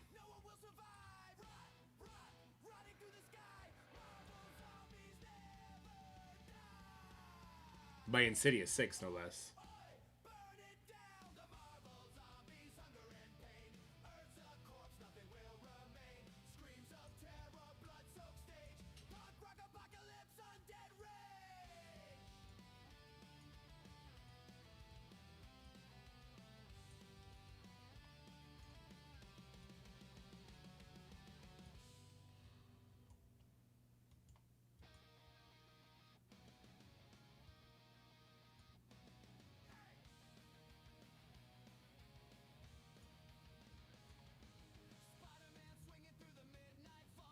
Just so easily beaten.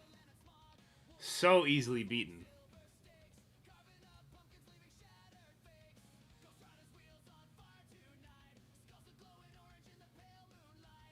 Green Goblin Classic comes in and just dumps it.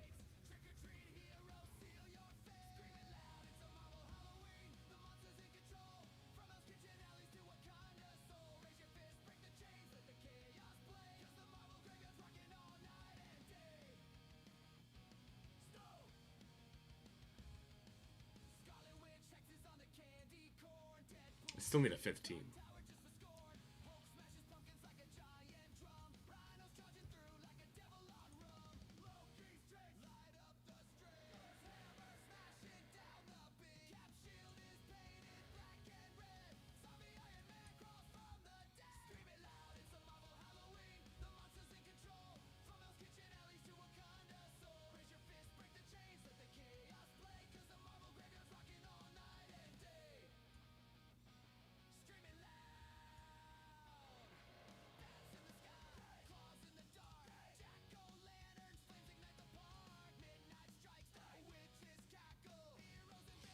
You're getting 5 to keep extending debuffs? Don't hate that. I just don't know what I'd put around her.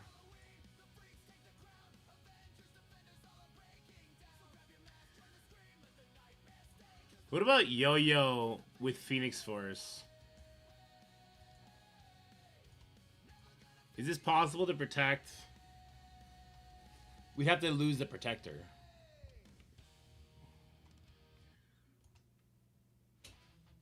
To protect him from the blaster. Blaster doesn't get immunity, right? Unless he does his special, he doesn't get it. We couldn't have this guy then, though. But we wouldn't need it because she'll get a taunt.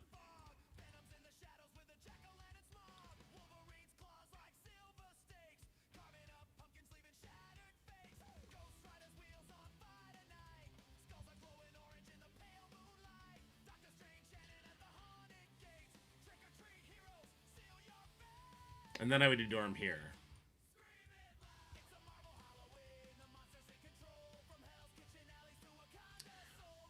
Characters that revive, characters exposed cannot revive. Is that in all modes or war only with Corey?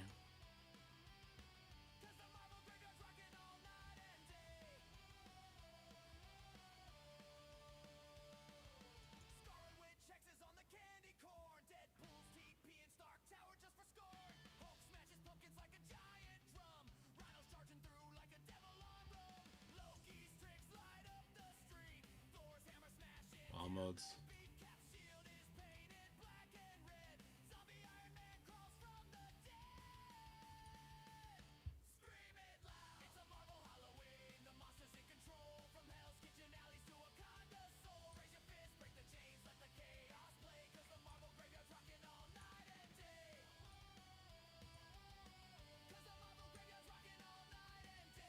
Yo-Yo might still have higher damage, which would suck a lot.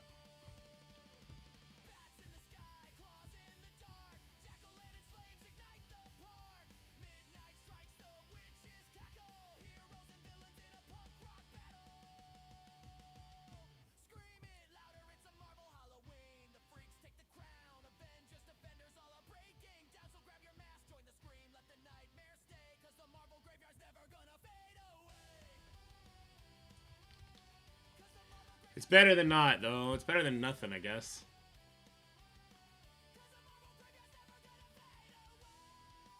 It's either that or Dormammu.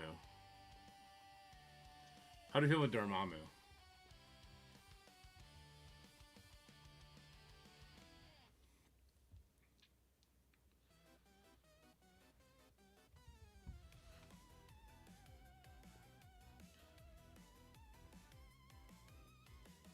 I feel like I'm not defense heavy, but doing this will fuck me. I feel like I'm not defense heavy enough to put them on. I feel like if I want, I have to put Starjammers somewhere here, and I have to do something different than this if I want to put these guys on defense.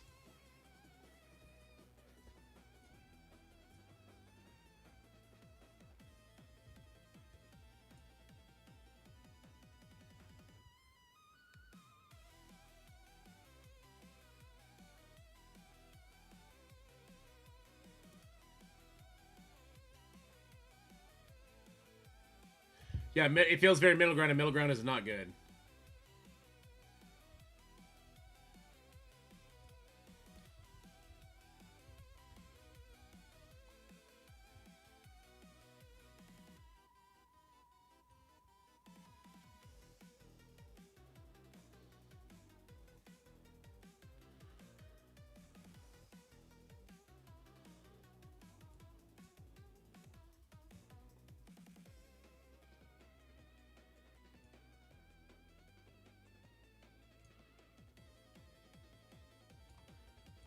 It's gonna be a miserable. It's gonna be a miserable first Crucible. It's gonna be a miserable first Crucible.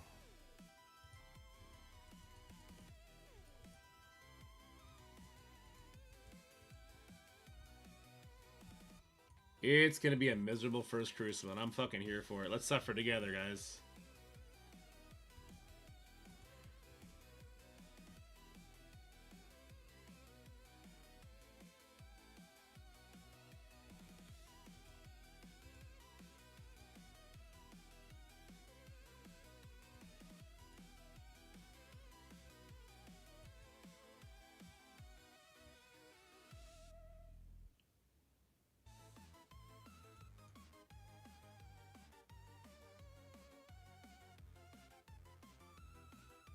Talk with Fred and 4-piece offense.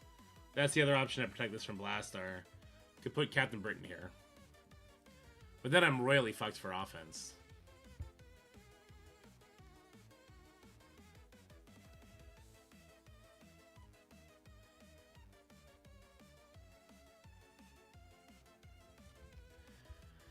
Yeah, he's faster, just interesting stuff. I know. But Captain Britain, if you use him against Star Jammers, he can stun Groot before he gets to go. Which is why I value Captain Britain on offense and my Star Jammers on defense.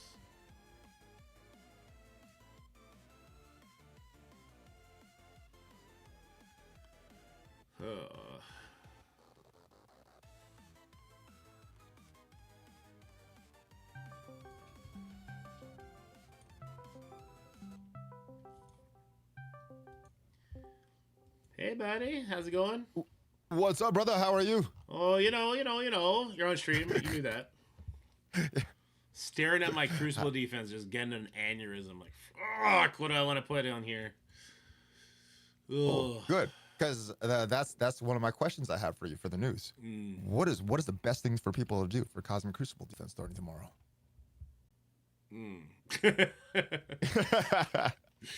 Hey, that's an answer. That is an answer. Yeah. Oh, that's my answer. It's tough, man. It's real tough. All right. Can you send me your camera? Oh yes, I can.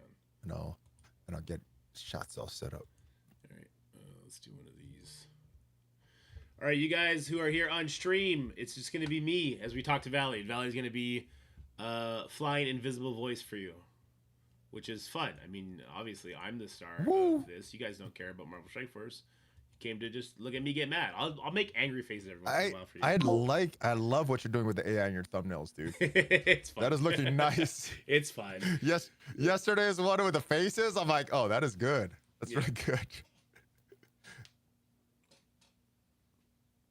Yeah, X, we're gonna be doing this so that we can have a talk about it. Why am I red on your screen? I am not red on mine.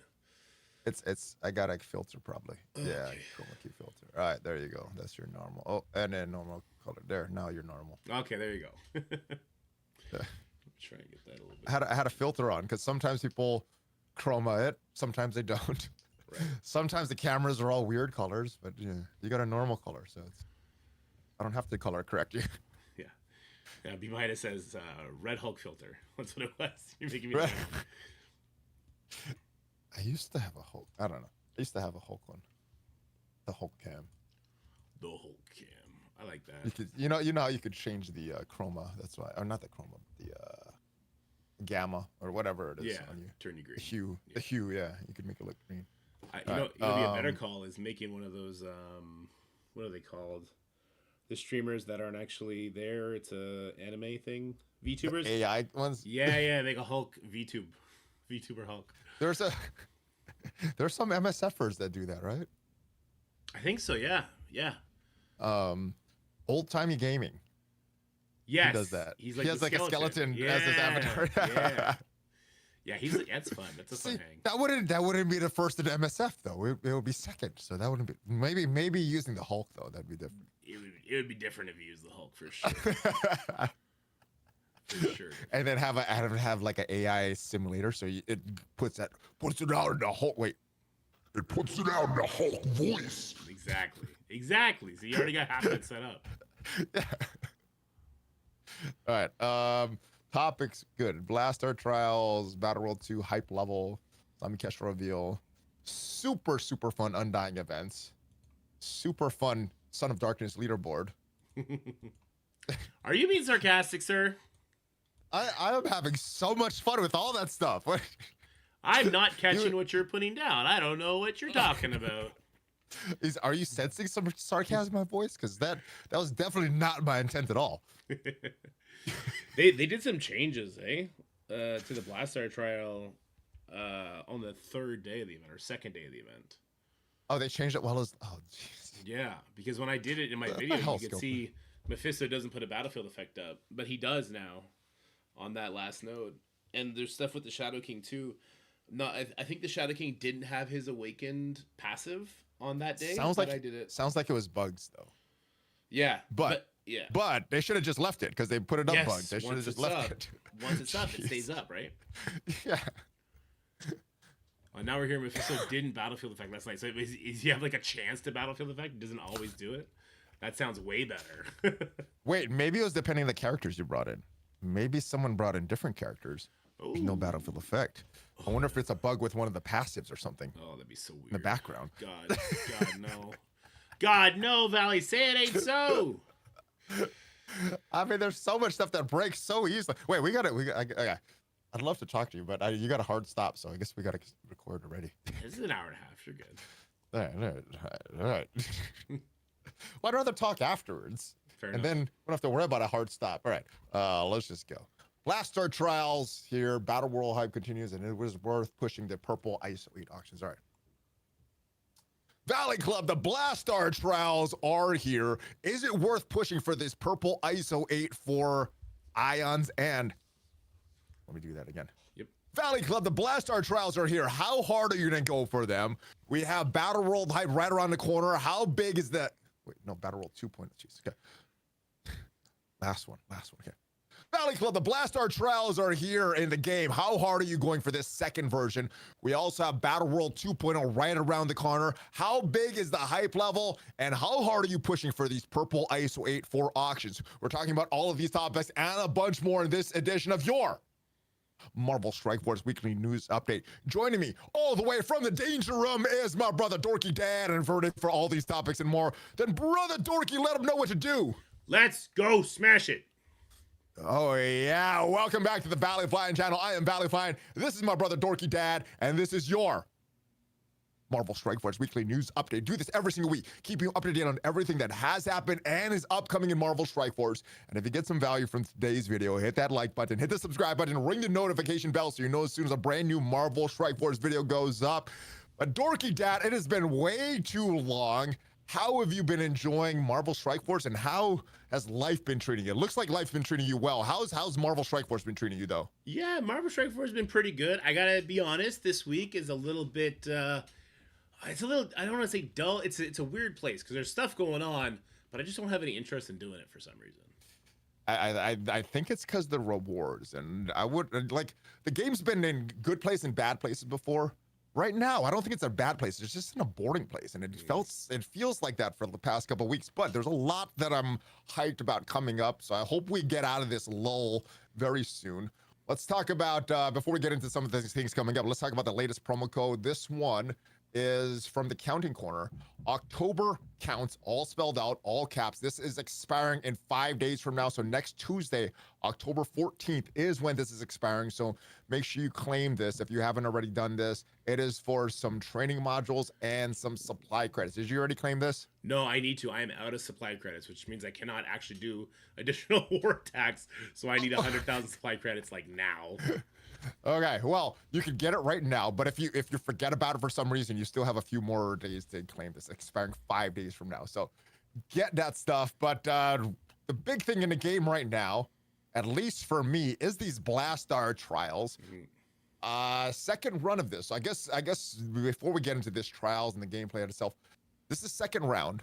We're supposed to have all 7 stars. They want a lot of the community to have 7 red stars, 7 gold stars by the time this ends.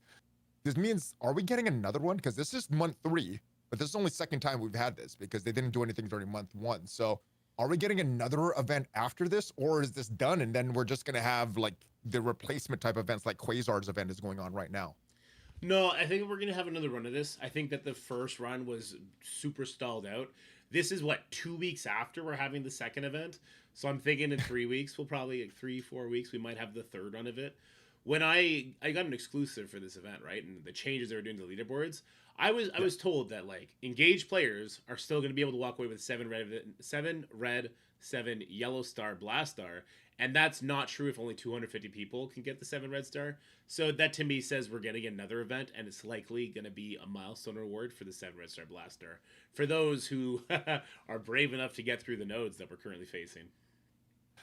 Now, do you think that it's coming? Is it going to be sometime during October that we're getting the third event? Yeah, I would think so. I think it's going to be like the last day of the of this chapter, they'll just throw it up there. Like, hey, we were right. We were truthful. The third run happened right before the chapter ended. And it's gonna have to be super easy if they're holding on to what they say, which is more players getting red stars and stuff. Because right now, yeah, you're right, only 250 players are getting it. So, and if they're not extending this into November potentially, which I thought they were gonna do, if we're getting a third run, I guess we're so early in October they can do a third run in October. So, yeah, I guess we're getting another one. How are you liking the difficulty of this one? Yeah, so I had a blast doing it. It was a lot of fun. I didn't turn on all the super difficult packs that I did the first time because, quite honestly, I went hard on the first event, right? I did it. All the packs turned on. I did efficiency. I got myself top 250. I got the main reward for that. My blast star still came up short at 5 red stars for what I need him to do in Crucible. The 2 red star difference isn't enough to care so much, so I'm just kind of going for top 2500, which means I did one run. I didn't put the extra health on. I didn't put Vile Rally or the Trauma one on. And I'm just chilling. And I should get my 6 red star. And then I'm going to take them for their word and assume that we're going to be getting a third run where the 7th red star is going to be pretty obtainable. And I don't think it's going to be that big a turnaround. So I don't think the time exclusive advantage on the Blast Star Red Star is going to, put me in a bad mood. Yeah, them missing that first month really kind of sets back what I think their design plans were. How many mods did you have? You said you did all but 2. I only have 170. I didn't put a lot of them on. No, I did all but 4. I didn't do any all of the but health 4. Oh my mods. goodness. Yeah. I thought you wanted an easy time through. What the heck, dude? It wasn't bad. It took me 2 hours on a stream to get through it. Okay. Yeah, I was trying to do this in a half an hour to make a video. That didn't go well. So I'm like, yeah, I'm just not doing a video. But did some more nodes on stream. Got to node 7. We didn't play these yet, so hopefully we get through it. But right now, where am I at? I'm at rank 3,400. I'll be happy if I'm inside the top 5,000, especially if there's another event coming up. I'm not feeling like I really have to push on this. But I guess if you're more into Crucible and more into War, more pushing. Yeah, I feel like if you beat this event, you're probably locking in at top 2,500 with the way the leaderboard is currently moving. I think the difficult level of the final Insidious 6 nodes, and just honestly the difficulty level of node 3, that was the nightmare node of the last trial. It's so early in this trial. I think a lot of people are just like, you know what, I'm okay. I'm okay not doing this because this one failed. We failed a bunch on stream on this node 3. It's a rough one. It's a very rough node, and I think there's a lot of people that are passing on this event because of that. Also because maybe they feel like me, and it feels like we just did the Blast Star trial like 2 weeks ago. 2 weeks when you have kids, that's like that, man. It feels like it was a one-day turnover. So I think there's probably a lot of people a little bit burnt out on just this sort of event, even though I love this sort of event, lots of people do. I think that's probably factoring in. And then the rewards being like very time exclusive, and no, we didn't have any interesting milestone rewards for this one. I see nothing in here. I mean, the best thing here is Armory 20 orb fragments, but if you have Professor X, these are not as exciting. So yeah, this is not, for me, this is not exciting. I would have loved to see it, maybe not a lot because they still want to make that exclusive, but some purple ISO 8-4 in this. That would have made me way more excited, especially for these ranking rewards, not just for Blaster, but put a little bit in there. I would be like, oh yeah, definitely have to push for this, but with just some older type of rewards and something that I'm probably going to get anyway, even if I don't do well in the ranking, this one's not as exciting. But gameplay-wise, it is pretty fun. I would say that. For rewards-wise, it's pretty lacking. To do it one time, it's fun. The second time, it would be fun. I don't think I'm going to go through this second time, but trying a few different things, trying to get through this the first time, it's pretty fun so far. So haven't gotten stuck yet. Yeah, you know what I would also say about these rewards is the milestone rewards are worse than we had with Quasar. Because for Quasar, the final milestone gave 25 Mystic of each mini unique for Gear Tier 20. Where here we're getting, I think, 7 orbs, which is the equivalent of, 28 pieces of Gear Tier 20? So we're getting half as much Gear Tier 20 for these milestones than we got. And it's more grindy. It's more grindy. Yeah, exactly. All right. That's not equating right now, Scopely. Fix your stuff that's coming up. All right. Another thing that I'm pretty hyped about is Battle World 2.0 Century Void. The boss looks fun to play. What is your hype level for this? Are you as hyped as I am, or is this just like Battle World 1? I was super hyped for it and it didn't turn out how we wanted. Are you expecting the same for Battle World 2? Or are you expecting this to be different? The two new things are this chaos mission, which sounds fun, and the timed mission where you have to beat it with your Quasar Blaster. Those two sound fun, and the boss fight sounds a lot more fun as well. But what are your thoughts on this? What are your thoughts on it when it was released, and what is your hype level right now? Because I think it's coming very soon. Yeah, I think it's coming very soon too. My thoughts would be, it's going to be a step in the right direction from what Battleworld 1 was. I think it's going to feel a lot of the same after we do it once or twice. Yeah, it kind of feels like Raids 2.0, and until they can really change like dynamic gameplay to it, it's always going to feel like that, even if they do like there's a time part to it, and there's this chaos node where it's going to be a rotating character list. That definitely adds interest, so there's something there. But I think it's a step in the right direction, but we're not through the door yet. And as far as the boss goes, I have absolutely zero excitement for the second time I fight the boss. For the first time I fight the boss, it's going to be very fun, because it's going to be like, oh, look at all these cool animations, these mechanics. I'm going to be doing some damage to him, find some teams that work really well on him. And the upside to the Sentry fight is that there's not going to be that ridiculous 10 million barrier that Null was just applying to himself every turn once you got to a certain part of the match, because his speed stat was too crazy and he would just get like infinite energy from having a certain amount of rage stacks. So at least that's not going to be there, but everything else that made the Null fight boring to me is there. He gets speed bar when you hit him. You can't put slow on him. He can't be turn meter rewind. There's a bunch, and the damage cap. Yeah, the hard damage cap is going to ruin it a lot as well. I think they should they need to find a way to code maximum health out of Battle World boss fights, and so they can remove that damage cap. Because I go back to this. My Professor X, with offense up, and he does his ultimate into somebody that has defense down, he can hit for 15 million. And that feels sick. That feels awesome, right? So if I set up Sentry to do that, my Professor X is ulting with offense up into him having defense down. It's capped at, I think, 4 million for his normal form, 5 million for void form, and that takes so much fun out of like the build up, like setup in our kind of strategy game. Whereas Professor X basic, if he's a striker, will also just do 5 million. So it's like, well, what am I doing? I think the problem is the damage cap, like you mentioned, but also the rewards. Because the way Battle World 1 was, if your alliance kills Null, doesn't really matter. Yeah. The rewards are going to be the same for you and the rest of your alliance. I think there needs to be some kind of tiered rewards. There is worth pushing, because I'll sit through a 20-minute boring fight if I know the rewards after it are going to be good, if I do better in that fight. Or if I just auto the fight, I'm not going to get as much rewards. Right now, doesn't matter. I could sit through one fight that 5 minutes and do really bad, or I could sit through 3 20-minute fights. Rewards are going to be exactly the same. So I think for myself, what their big miss was for Battle World 1, there was no rewards for pushing. There was no milestone rewards. There's no like leaderboard. There was no incentive to keep pushing. So I think if they remove the damage cap, let the damage be whatever the hell they want, and reward players for pushing, I think that will make this second, third, fourth, fifth boss fight a lot more fun. Because I think a lot of people are like you and me, looking forward to that first version of the boss fight. Yeah. But what's gonna happen the second time? Yeah. Like if the rewards are better, I don't care if it's boring. I want good rewards. I want purple ISO 8. I want blue marble. I want Century Void. That's what I want to chase. And if none of my efforts lead me to getting that chase quicker, it's like what is the point? Yeah.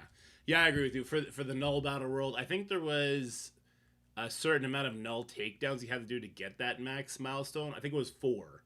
But people with Astral were able to take down 50% of a Null. So if 8 people in your alliance hit auto, you got it, right? So that took a lot of the fun away from it. They took the leaderboards down because, and I kind of want to give them some leeway on this, because there's how many thousands of players.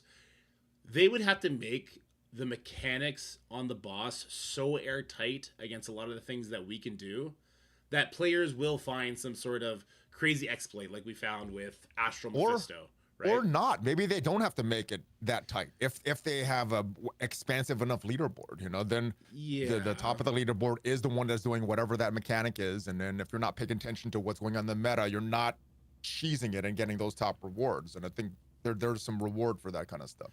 Right. I don't know. Maybe I'm wrong on that, but that's I feel like they could make this a lot more fun. The last thing you would want is to have a really rewarding leaderboard, and then your alliance leader is like, okay, I need all 23 of you to put up Mephisto Astral against Null, hit auto, and come back 48 hours from now. Make sure you end the fight right before it ends so we all cap in all that damage, right? Like, that's something you definitely want to avoid, which they do, but they have the new mechanics that kind of have like a rage The timer, the boss timer, yeah, that tells them. But they shouldn't have a damage limit. The time, I understand. The damage cap, I that's unnecessary. If the rewards are I agree. The damage cap needs to go, and to do that, they have to find a way to limit max health. You can't have Apocalypse hitting Sentry for 60% of his life. I totally understand that, but you need to find a way to make those abilities make sense so that other characters, other more interesting characters, can flourish. Yeah, I mean, there could be something that they rate in all the boss passives, right? The like max or percent damage don't work against, something like that. So they could limit those type of moves, but yeah, it's just they can make it a lot more fun. But I'm looking forward to at least that first fight. Hopefully they do something to incentivize that second fight on this. But yeah, this chaos missions sound fun. Time missions sound fun. Chaos just looks like you could go crazy with the rules and everything, kind of like Danger. I'm just going crazy with the rules. So that's kind of what I'm looking forward for that as well. So yeah, my hype level is pretty high right now. For sure. What is your hype level for Zombie Kestrel? I think she's coming very, very soon as well. She looks great. New battlefield effect. The reworks to Undying look great. Some are pretty minimal. Some are pretty big. What is your initial take on Zombie Kestrel? Yeah, I'm very excited for the Zombie Kestrel, but more so because of what she's doing to her team, right? The reworks that you're talking about, some are very impactful. Zombie Scarlet Witch stopping speed stat gain just as a plug and play character now is crazy. Hela getting speed up as well as all the zombies getting speed up is great. And the fact that they've already retroactively changed Zombie Iron Man's speed stat to make sure he continues to go before Hela, so you can spread that ability block. They were very active when we gave them that feedback, so that was good there too. Do you think that was intentional, or they wanted to try to change up the whole Undying thing? Because previously you would have Zombie Iron Man go with the ability block, Hela spreads it with her ult. The way they initially changed it, she would be going before Zombie Iron Man. Now it's back to working that way. Do you think that they changed it pretty quick, so I would guess no, but do you think that they wanted to try to change up the whole Undying, the way that my team works, the mechanics of that? If I had to guess, the way they do testing is probably the same way we do testing. 7 red stars on everybody versus 7 red stars on everybody on the opposite field, right? Yeah. Even without the turn order that we're used to, that makes more sense as far as the theme of the team goes. I bet their Undying team was demolishing every single team they wanted it to demolish, even with an out of whack turn order. So they didn't notice it. They didn't see it. So it's probably an oversight, but now that they put it in, it'll probably allow the Undying team to do bigger punch-ups into the matches that they were testing on that they wanted to win. So they're like, okay, just throw it back in, make it make sense. Because they're all epic characters, so makes sense. We got a few war teams. Brimstone, Undying, Secret Warriors, Infestation's got a rework. What is the top war team in your opinion? I mean, some are for defense, some are for offense. So what would you say is the top offense and what is the top defense at this point now? Brimstone is the top for both. For offense and defense, all right. Yeah. Where does Infestation lie? If you're hardcore into war, does it make sense building up that team? Infestation, no, they'd be at the very bottom. No, right? Very, very just bottom. At the bottom. Okay. Yeah. And Secret Warriors, more offense than defense? Oh, only offense. And they're only offense. A top 3 team, a top 3 cookie cutter team for sure. Okay. And a lot of people will be getting Phantom Rider free to play this week, so I do want to talk about that in a little bit more. But I want to come back to this Undying team. Kestrel looks great. The Undying team looks great. I think just like every time they get a rework, they'll have value in Cosmic Crucible. Do you see value for this team anywhere else? Potentially having anybody slide into Arena, any of the towers or pocket dimensions. Where else will this team have use? I don't think they'll have that great of use. I think Zombie Kestrel will with a speed stat of 129. Anytime a character's speed stat is over kind of what I would consider the baseline of current meta, which is 127, you start looking at them and, okay, what does their opening ability do? So with 129, Kestrel definitely gets to look. I haven't gone over her kit yet to see what is not locked behind war, but I assume there is something interesting there. With the new stats, obviously the pre-taunting Juggernaut, he gets a little bit more value. Just the new stats in general is going to make them good for some PvE content. But I think the most curious thing about this team is that outside of war, it's very easy to sub out Zombie Scarlet Witch. You sub out Zombie Scarlet Witch, you can put in a interesting plug and play character that'll either let them go first, and if they go first, it'll kind of feel like how they play in war, and that can make them more useful in PvE content. In Crucible, there's just not enough rooms to give them any use. So, of all these reworks, what is your favorite? Because I'll tell you, I mean, some don't really have too much, but for me, it's this passive right here. An extra Greg on the field. That's undead Asgardian. When Zombie Kestrel's on there, she gets an extra Greg. What is your favorite rework? Is it something with Hela, some of the other characters? Is it just the stats that some of the characters got? Yeah, so the stats is definitely the coolest thing about these reworks, is just kind of bringing them all up to the meta. I love that they retouched Zombie Scarlet Witch stats as well, because even though she had those post-Ares stats, it never felt like she did. So seeing that they gave this big a jump means I wasn't crazy. So just them reworking the stats here makes me very excited. I really like all these new teams. Like, although Infestation, I think, is a bottom defense team, that with the new stats they still beat, or at least can hang with their old counters, like the Nowhere team, right? So by just giving us these new teams, and they're not necessary. These are not Conqueror teams. We don't need them for Blastar. They haven't forced us to use Secret Warriors or Infestation in any sort of event like a Pocket Dimension or a Tower or anything like that. So they seem like they're optional teams that players can build up at their own discretion. And I love that. And I hope they keep doing more like that. And if they give us tokens, for the love of God, make sure it's all working properly right away. Issue no refunds, none of that, because that was a GD gong show. I like compensation though. I like when a certain amount of the players get some weird things and everybody gets compensated for that. That's my favorite. Yeah, but it sucks when certain players got a lot and then other players get nothing, because that happened to a few people. I know, but for myself, it's like, they might have got more than me, but I didn't have to do anything. I got free stuff. Maybe they got screwed and got more as a result, but I didn't get screwed and I did nothing, and I got so. I'm fine with they get more result. Fair enough. But you know what I don't like, Dorky? Oh, what's that? All these red dots. Why don't these red dots ever go away? Speaking of undying, we got these undying events in the game. The Hunger Flash. I mean, if you need the old T3 level ions, I guess is good. If you need some fragments for Armory 19, I guess that's good. But this Undying Rampage, my goodness. First time rewards are fine. I like that. But why do we have energy? Because there's nothing to use this on. There's no reason. So except for getting a red dot, why are they doing it like this with this event? Why didn't they just give like tokens? You do it one time, because all there is first time rewards on this. What is up with these Undying events? They're like so unfun to me right now. Yeah, I think that Undying Rampage one in particular is super awkward. It lasts for what, 60 days when it first started, right? So dumb. And people are missing those showcases. We do have the Secret Warriors showcase, so we at least have one running right now. But I guess the whole idea with this, it was probably a copy paste of one of last year's or the year before's Undying events, where instead of having, because on those events we used to be able to farm, I think it was Zombie Scarlet Witch orb fragments, right? And they just took those out. I'm guessing there's more, because they haven't released Zombie Kestrel yet, and there's probably going to be another event. But this is structured so weird. Why? Yeah. They just like us to have these red dots or use this useless energy to get nothing. It's just. Yeah, there's definitely should have been a way to farm Zombie Scarlet Witch shards while we wait for the Kestrel chapter, right? And that would have made a lot of sense. And hopefully we'll be able to farm some Zombie Kestrel shards in the next chapter. That would be cool.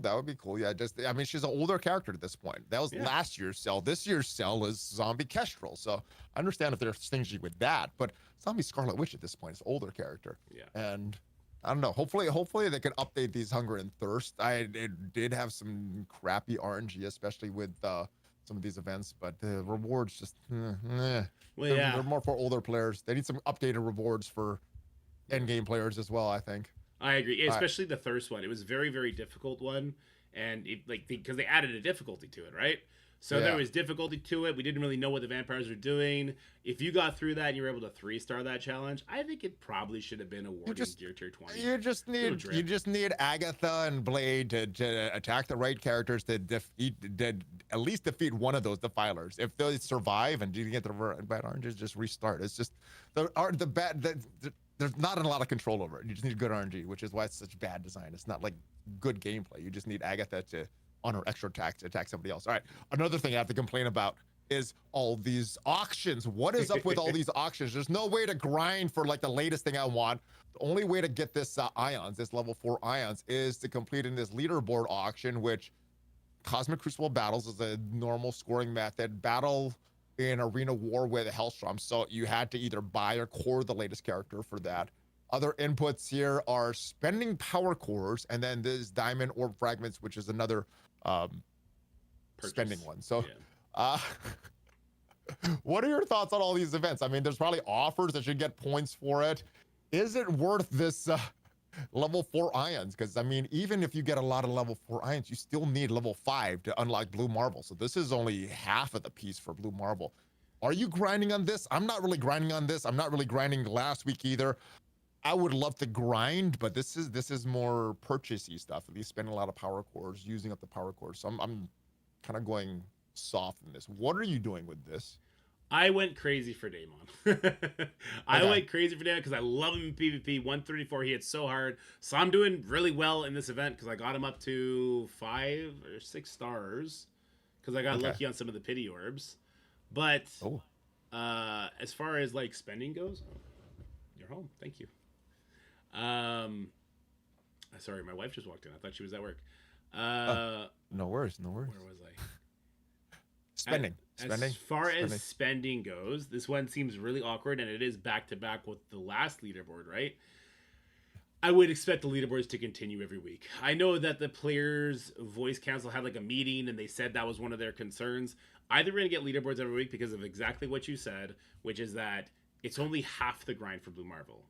And by needing, it's like 600,000 purple 4 and purple 5 ions per character. And we're getting how much? And we need 20 characters total.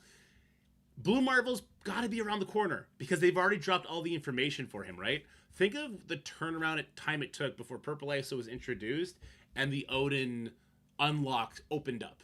So I actually think that Blue Marvel's probably coming maybe early December. And just like mathematically, they would have to run a leaderboard giving Purple ISO literally every week so that the people who are getting like top 100 will still be able to get in there. So it's gonna be pretty leaderboard heavy. I would say December at the earliest. I think they could extend this to January, February, but at earliest I would say December. I think we have all of October, all of November to grind for this stuff, and then we'll get this stuff. But that doesn't feel good. I want to grind. I don't want to spend. I don't want to use my power cores. Brimstone team actually kind of is worth it, especially if you're into Battle World. But if you're not into Battle World, not into War, I think that's a skip type team. And I guess you're missing out a little bit on Void Century as well. But I think Battle World is a good team for me. I just I've been using my power cores, and I don't know if I want to use it for Hellstrom yet. I think I want to save some for Mummy and then the last character of Hellcat when she comes out as well. I want to save my power cores for the last character. Other thing I want to talk about is what else this command center, right? For myself, I thought the way that this was introduced, like command center would make everything easier. But since it's gotten introduced, we still have all these milestones. There's still current events that are in these milestones and these leaderboards. We have the command center. So for myself, all it's done is make it more complicated, which I think was opposite of their intent. Do you think we still have more updates to come with this? Do you think they're done for a while? What is going on with this? Because this has just made it way more complicated for me, not easier. Am I silly, or has it done that for you as well? No, you're not crazy, because what it feels like, it's two different locations for basically the same structure, right? It's events that have inputs. Now the command center, it looks better. It's more clean. Like if that's what we had from the beginning, I think we'd all be very comfortable with that. They need to find a way to get the events that are going into that milestones tab into that command center and make it make sense, right? You'd have to add some sort of interface for the leaderboard portion of things, for alliance participation, but you need to get rid of that milestone tab at some point. If you go into I think it's still up there right now. In the command center right now, there is at the very bottom, is that what's the objectives on that one? World, Crucible battles, for 20 war battles. Broken King week 10. What are the objectives for that one? I think it's like raid with Hellfire or something like that, I believe. That one looks done. Play battle. Okay. I'm not going crazy because I did see it before. We had a command center event that was raid with Hellfire Club. And then in the milestone tab, we have the raid with Insidious 6. So we were being asked to raid with 2 different teams. And it was just like, what are we doing? Like, that should have just been one event. All the rewards should have been in the command center, or all those rewards should have been in the milestone tabs. But because the raid with Insidious 6 was an alliance event, those events don't go in the command center. It was all very, like, it's so redundant. It's just, like, it's got to be crunched down to make it make more sense so that there's less things to keep track of. Because, like you said, right now, keeping track of everything is like, oh my God. This is built to make it easier for us, but this has done nothing for myself but make it harder. Like, everything was right in this tab before, and yeah, we'd have to scroll through a bunch of stuff, but we can kind of see what's going on. Now with this, I got to go a couple different places. I still have all these red dots in our events tabs, and that hasn't been cleared up yet because sometimes they're in event tabs, sometimes they're in the campaign tabs. They're just very, very messy. Are you bored right now? I feel like I'm bored. I've been bored for the past couple weeks. What do you? Yeah, let me start with that. Are you bored? Because I feel I'm pretty bored. Like I said, it's not a bad place. It's just kind of a boring place the past couple weeks. Bored may not be the right word, but that's because I'm very busy with, like, our alliance likes war, right? So as soon as you like both game modes and you're putting time into it, it's hard to get bored. It's more easy to get burnt out. I'm not bored yet, but I'm also not excited. I'll say that. Because I get excited from, like, the flash events that are super fun, right?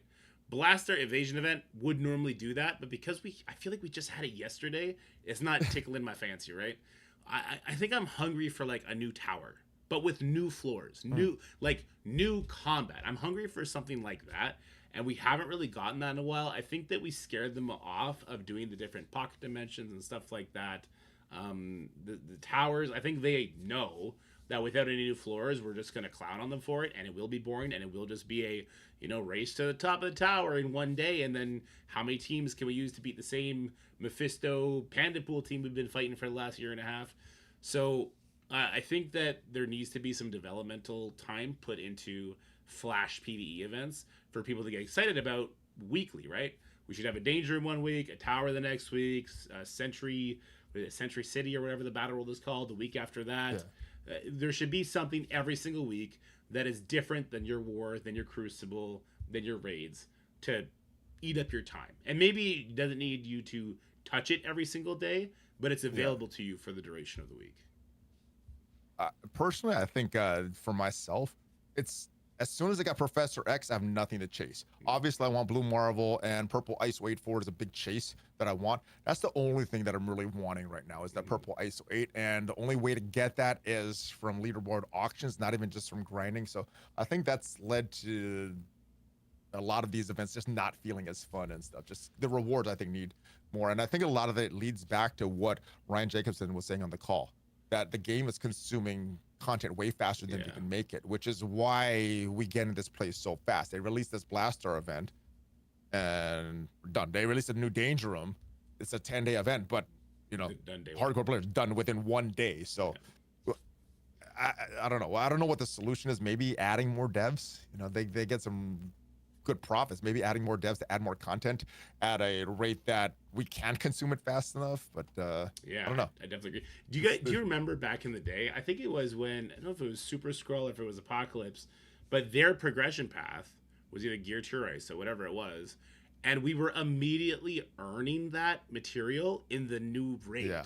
And so it felt like we were not. It wasn't just auctions. There was auctions. You could pay your way to get it faster, right? And there was offers and all that. But you could also slowly earn it by being in a super engaged alliance. And I think they're definitely missing that. Like, why shouldn't you get awarded a little bit of purple ISO depending on what war rank you are?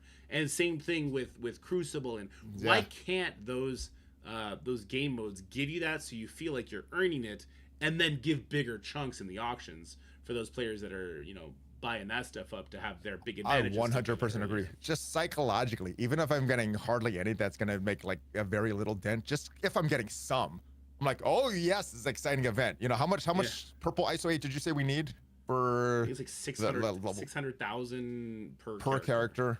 All right, so giving out a little bit here and there, hundreds, even thousands, wouldn't make that much of a dent towards our stuff, but at least psychologically it would feel better, Break it down to one. Okay, what does one purple 4 crystal cost to equip? I think it's 171,000 or something like that. Give that as like the top end reward if you're in a Diamond Alliance. And then cut off with 10% for every rank that drops down. So people want to push. So you want to be up there and you want to be doing good. And every single time a war finishes, I can equip 1 crystal. And then it's fun. So you're anticipating the end of that war. I miss that. I miss anticipating the end of raids to go and open up the orbs or whatever I got and hopefully be able to do something to the characters, right? Oh, Cosmic Crucible was like that for me as well. Yeah. After we're done with it, immediately like, how many more Silver Surfer shards can I get? Or what character shards can I get? And it was fun, but that has not felt like that for a while. Just the rewards had not been meaningful. Same thing with war. I think my whole attitude for war would change if they gave some meaningful rewards with it. Same thing with Crucible. I'm getting kind of bored of Crucible, but I think if they gave some meaningful rewards, even if it's very minimal, I'd at least look forward to like, it's reward. Yeah. It's payout time. But yes. I'm telling you, psychologically, if a war finished, you're able to put 2% upgrade on armor for one character, most people would still be excited to do that. And it's just, it won't really affect the bottom line. I hate war, and I would be super excited for that. And I hate war. I would be super excited if that happened. Winning actually matters? Heck yeah, let's go try to win this war instead of pretty much the same if we win or lose, whatever. Yeah. Right. So Scopely, there's a lot that you could do. Very, very minimal things you could do that increase the fun exponentially. Hopefully you take some of these suggestions. Hopefully you guys are watching this. Take some of these suggestions. But going back to war, we got a new war season this week, and it really emphasizes Secret Warriors, Undying characters, Brimstone allies. So all these teams we mentioned are like the top teams in war right now. How was your initial war? Did you notice these rules? Were they impactful enough? And did they add more fun, less fun, same amount of fun? I did not know they were currently in effect. I did not know they were currently in effect, which is unfortunate because I actually really like this. So I guess they didn't change much for you. I guess not. Nope. All right. Anything else about war, or should we just move on to Cosmic Crucible? Because if you didn't notice it, that goes a lot of my questions out the window. Well, so let me say this. I really like the fact that they're doing a Halloween themed war season, and it's going to be a shorter season. I love that. I love like a seasonal season. Like, let's get a Christmas season. That's good. Next time. I agree. That's good. Yeah, they might have to dial it up a bit so people actually know what's happening, though. I don't know. Or increase the reward so players like me, we're like, let's play war. Heck yeah, it's wartime, baby. There you go. Hey, I just solved it. Have a milestone where you gotta earn jack-o'-lanterns, and it's the war Halloween season. Give out jack-o'-lanterns per war that you win. Let's go. We did it. All right. That's a great idea. How many devs is it gonna take to implement that? That's the problem, though, Dorky. I don't know if they have enough devs to implement that, but there's so many cool things they can do.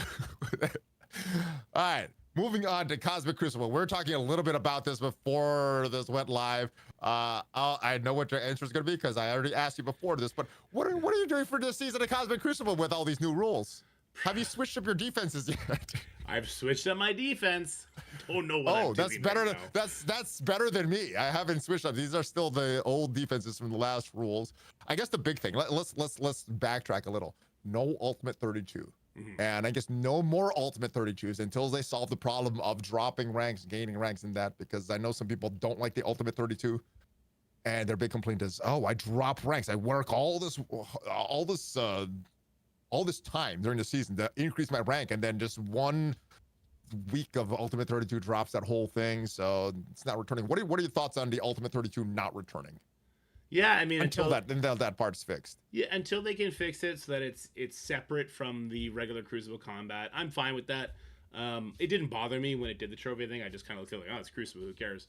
But if that's bothering other people, sure, take it out, fix that, and then we can have like a nice little break in between seasons, or maybe they can put special rewards in it instead of taking trophies off. It's fine. Yeah. Yeah, from myself, it was fine too. I kind of like the Ultimate 32 because it's easy Crucible days and it's 5 days instead of 3 harder days. So I kind of like that, especially from content creation's perspective, streaming more, being able to be online more with the community. So I like that part. I also didn't know the trophy losses and things like that. And I guess because the rewards for Crucible are very similar, whether you're winning or losing or up a few tiers or down a few tiers, it's not that much different. But maybe if there was like purple ISO 8, I would really care about this a lot more and get way more engaged. But I don't know. What room has you the most perplexed, or are they all pretty easy to figure out? You just got to decide what you want to do with it. I think stage 1 and stage 6 are the most important rooms. Stage 1 is not very complicated. Stage 1 is kind of like, okay, what teams would benefit from doing assists and what teams can turn assist off, right? So Curse can. Are you looking for characters with strong basics or just strong like assist counter attack? Well, I was actually looking at teams that would stop the enemy from getting assists and then would have pretty decent attacks. So for me, that was Accursed, Professor X. Yeah, Echo can step in there and take assists off. But if you put a team on defense there that is really powerful, like Accursed, there's not room for somebody to bring Echo in with them, or they'll just die because they won't have enough damage to do what they need to do, right?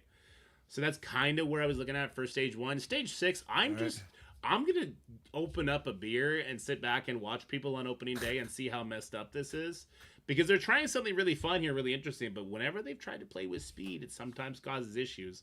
So we're going to see how this affects things. Of course, interesting characters to put in here would be your Emma X, your 3 Fantastic Four members, again, your Accursed, your Star Jammers, whatever can turn off speed stat gains, because this room is all about speed stat. By having speed up or by having these debuffs and then clearing negative effects, you get speed up. So you want to take the enemies out before it's their turn, which is the same as every other match. So you want to put in a team that's going to be able to eat a couple of attacks and hopefully benefit from that speed up, and hopefully will not put speed stat increases on the enemy team here. Which again, it's pretty much where you put in a curse and when you put in Professor X, and I think that those two are going to be either stage 1 or stage 6 if you have them both on defense. The other 4 rooms, I have no idea.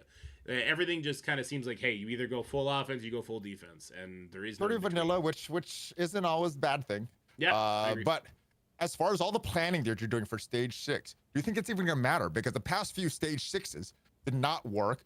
I think all of them had Dossier's name attached to it. So do you think that now that Dossier's name is not attached to stage 6, this will actually work, and all your planning and theory crafting will actually pay off because it'll work like intended on day 1? I hope so. I really hope so. And I hope that Dacier did help them make this room, and that it works for the first week, and then they put his name on it for the second week, and then it all falls to pieces.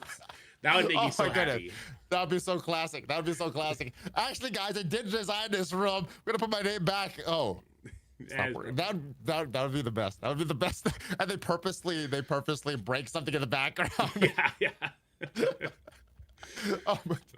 All right, that would be great. Let's see what happens in room 6. Let me know your predictions, Valley Cloud. Will room 6 work correctly on day 1? But let's backtrack a little. We mentioned Phantom Rider. Everyone getting him for free. Our engaged players getting him for free this week. You may already have him unlocked already. I know people in my alliance have him unlocked already. I guess I had to do more arena battles on a daily basis. I don't have it unlocked yet, but what are your thoughts on Phantom Rider? More of them in the WoW. What will this change for War? Meant for more of an offense team. Do you think people will build them up right away? And at 3 stars, will he make any kind of difference in War initially?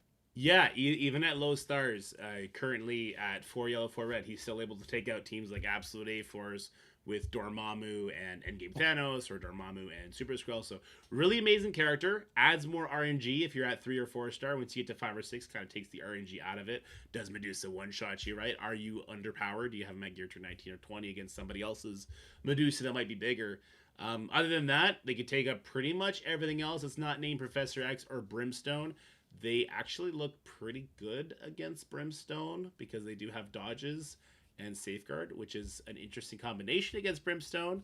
So we're going to see their impacts there. The team is really fun, but it's for war players. So let's be very specific Okay. about that. The characters are very fun, but they're for war players, except for Yo-Yo, who's just an amazing plug-and-play character.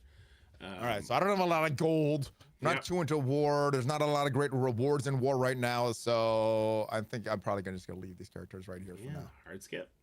Unfortunately. All right. And I do want to come back to this character model because as you were talking, I was trying to rotate him. His horse doesn't rotate. Only he rotates. I think that's pretty cool. Did you notice this before? I did not notice that. Is that a Look is at that a this. PNG horse behind him? No, it's moving. It's moving. They've- Okay. It's kind of moving. Yeah, his head is moving and stuff. This is cool. I don't know if they've done only certain parts of the character move before. Maybe I'm remembering wrong. I don't know. I think this is kind of cool though. Very All right. cool. I think Robbie the car on- moves. So You're probably right, and there's probably there's probably other characters, but this one stood out to me. All right, we're also getting a new character this week, sort of. I guess you could have. No, you couldn't have.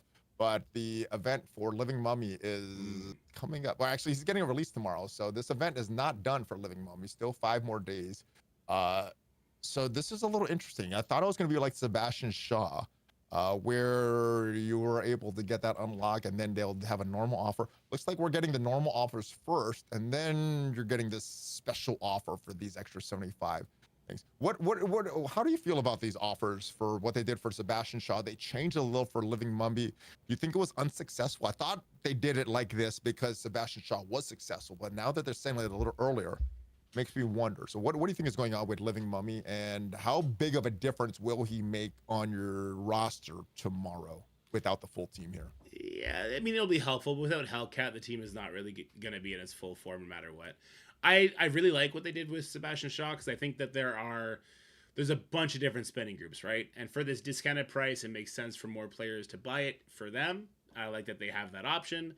I feel like they're going to be doing the Living Mummy normal offers first to see like, okay, well, who's going to cave and buy all the original offers first and who's actually going to wait and buy them later. And they're then kind of double dipping into the players that might be willing to buy these offers. I think it's fine. Hey, they're getting a discount. At the end of the day, I would hope everyone is an adult who plays this game, or at least who plays this game and has access to a credit card. I would hope they're an adult and they can make, good decisions. And if you're not in that boat, I'd probably step away from any sort of gacha game. Yeah. They can get addicting. All right. Absolutely. So I guess I'll see. I'm probably not going to do the offers tomorrow. I'm not doing either. When he comes out, Yeah. but I don't know if this one's good enough. Maybe I could core on Diamond Hellstrom. How are you pronouncing it? I thought it was Damien, but it's not spelled that way. Yeah, it's spelled Diamond. So No. is it supposed to be Damien and it's reversed, or it's supposed to be Diamond? What is your It's Daemon. It's Daemon. Daemon Hellstrom. Daemon? Okay. Yeah. There's no D at the Okay, end. I think that they had a blog out where there was a D at the end of his name, but there's not supposed to be. It's Daemon Hellstrom. Okay. All right. It's a weird one for sure. It is. Okay. So I was not totally right or wrong either. There you go. Let's move on to this next one. Superior Spider-Man. He is available in the store, the antimatter store. So if you need to get some shards for him, he just was made available yesterday. Are you farming as you can see, I'm farming all my characters for Insidious 6 in the store. Are you farming these characters now? No, I'm they're working in raids. I have Superior Spider-Man at 3 stars. I think Hobgoblin and Scorpion are now at 4 stars. I did farm Hobgoblin from 3 to 4. I'm saving all my antimatter now to farm Daemon Hellstrom up to 7 stars because he is a PvP monster. And then I'll probably try and do something similar for Hellcat, right? Like this store is going to be ending in 32 days. We were told, anyway, there's not going to be any ISO Purple 4 or 5 in this store, but there likely will be at the end of Chapter 3 store. Which is another reason I think December's the soonest that we could get fair enough. Blue Marvel at the very soonest. I think they're really trying to stretch us out. Fair enough. But anyway. Yeah, okay. Anyway, I'm saving my antimatter for Hellcat and for Daemon because I feel like they're going to give me more PvP value than are the Insidious 6 characters. Although Insidious 6 is a really good team.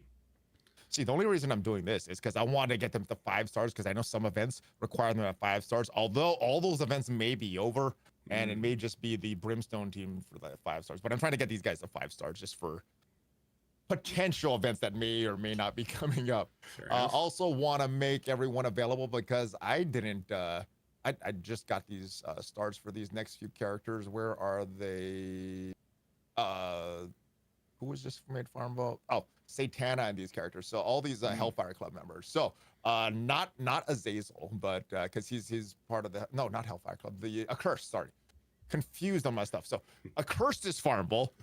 He has a double tag, so he's been confusing me. But Helverine, he is in the chapter right now. So he's Nexus Hard Mode 1.9. It was available since last week, but I haven't been farming this regularly. So I just want to give a PSA to everybody in case you're like myself and did not notice. Satana was in the Spotlight Raid Orb. Yep. So if you haven't opened those and got her 7 stars, get her there. And then the Hood is in the Raid Store / Raid Orb, the normal Raid Orb. So if you don't have all of that, you could get him at 7 stars as well. So just kind of a PSA, because I was forgetting all this stuff. So in case you were forgetting, it's well watching. Hopefully not. I'm assuming you have all your characters at 7. All these Accursed characters already. Yeah, I do. But I would like to give a shout out to Scopely for putting Helverine on a good node. Any new character that you're going to put on node, Scopely, if you're watching this, please put it on those nodes that have either the training material or the gold orb fragment. That's the best thing for new players, because they need to farm the new characters, because the new characters give them the extra resources by using those nodes. Abuse those nodes. It's best. Yes. And then keep replacing them with the latest characters and take the older characters out. Yep. All right, I do got to give them a shout out, because this has been broken for so long, but appears to be fixed. Have you noticed that the difficulty selector is not changing anymore? So if you start at difficulty 9, it's going to stay at difficulty 9. These next 2 nodes, the last 2 where you need gear tier 20 in your characters, I normally go down to gear difficulty 7. Yesterday, it went all 9s, 7s here, and I didn't have to switch anything. Went back to difficulty 9 for this final node. Today, I did have to switch it from difficulty 7 to difficulty 9. So I'm not sure what was intentional, how it's supposed to work, if it was supposed to be working like yesterday or today. But at least if you have a difficulty, it's going to stay on that last node. So it's not going to drop down to normal. If you have it at 7, it may stay on 7. It may go up to 9, but at least it's not dropping. So they did fix this. Have you noticed that they fixed this? Yeah, it's just, I can't tell you how many times I did the last boss on difficulty 1. Oh my god, so much gear tier 20 fragment was just lost.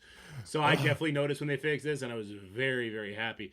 I don't want to give them flowers on something that should have already been done, though. Like, it's good they fixed it. It should never been broken.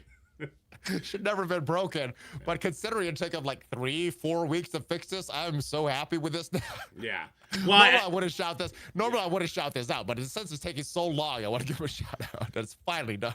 Yeah, I think they needed to do it when a patch hit for whatever reason, so they had to wait that. They probably had the fix for it, but they would have needed to do like a maintenance to get it in there. Oh, it's weird. So some fixes they could do hot fixes. Some they had to wait for a patch. Yeah, it's good now. But I'm not sure if it goes automatically up to difficulty 9. Are you doing difficulty 9 on these second to the last and third to the last nodes? Man, I got so lazy. I put gear tier 20 on Madeline, who I did not want to do it to. I put it on Shocker, who I did not. I put it on OGM. I didn't want to do gear tier 20 on any of those characters, but I am such a lazy creature that I had to, just so I could hit auto sim the whole way through and not have to worry about difficulties.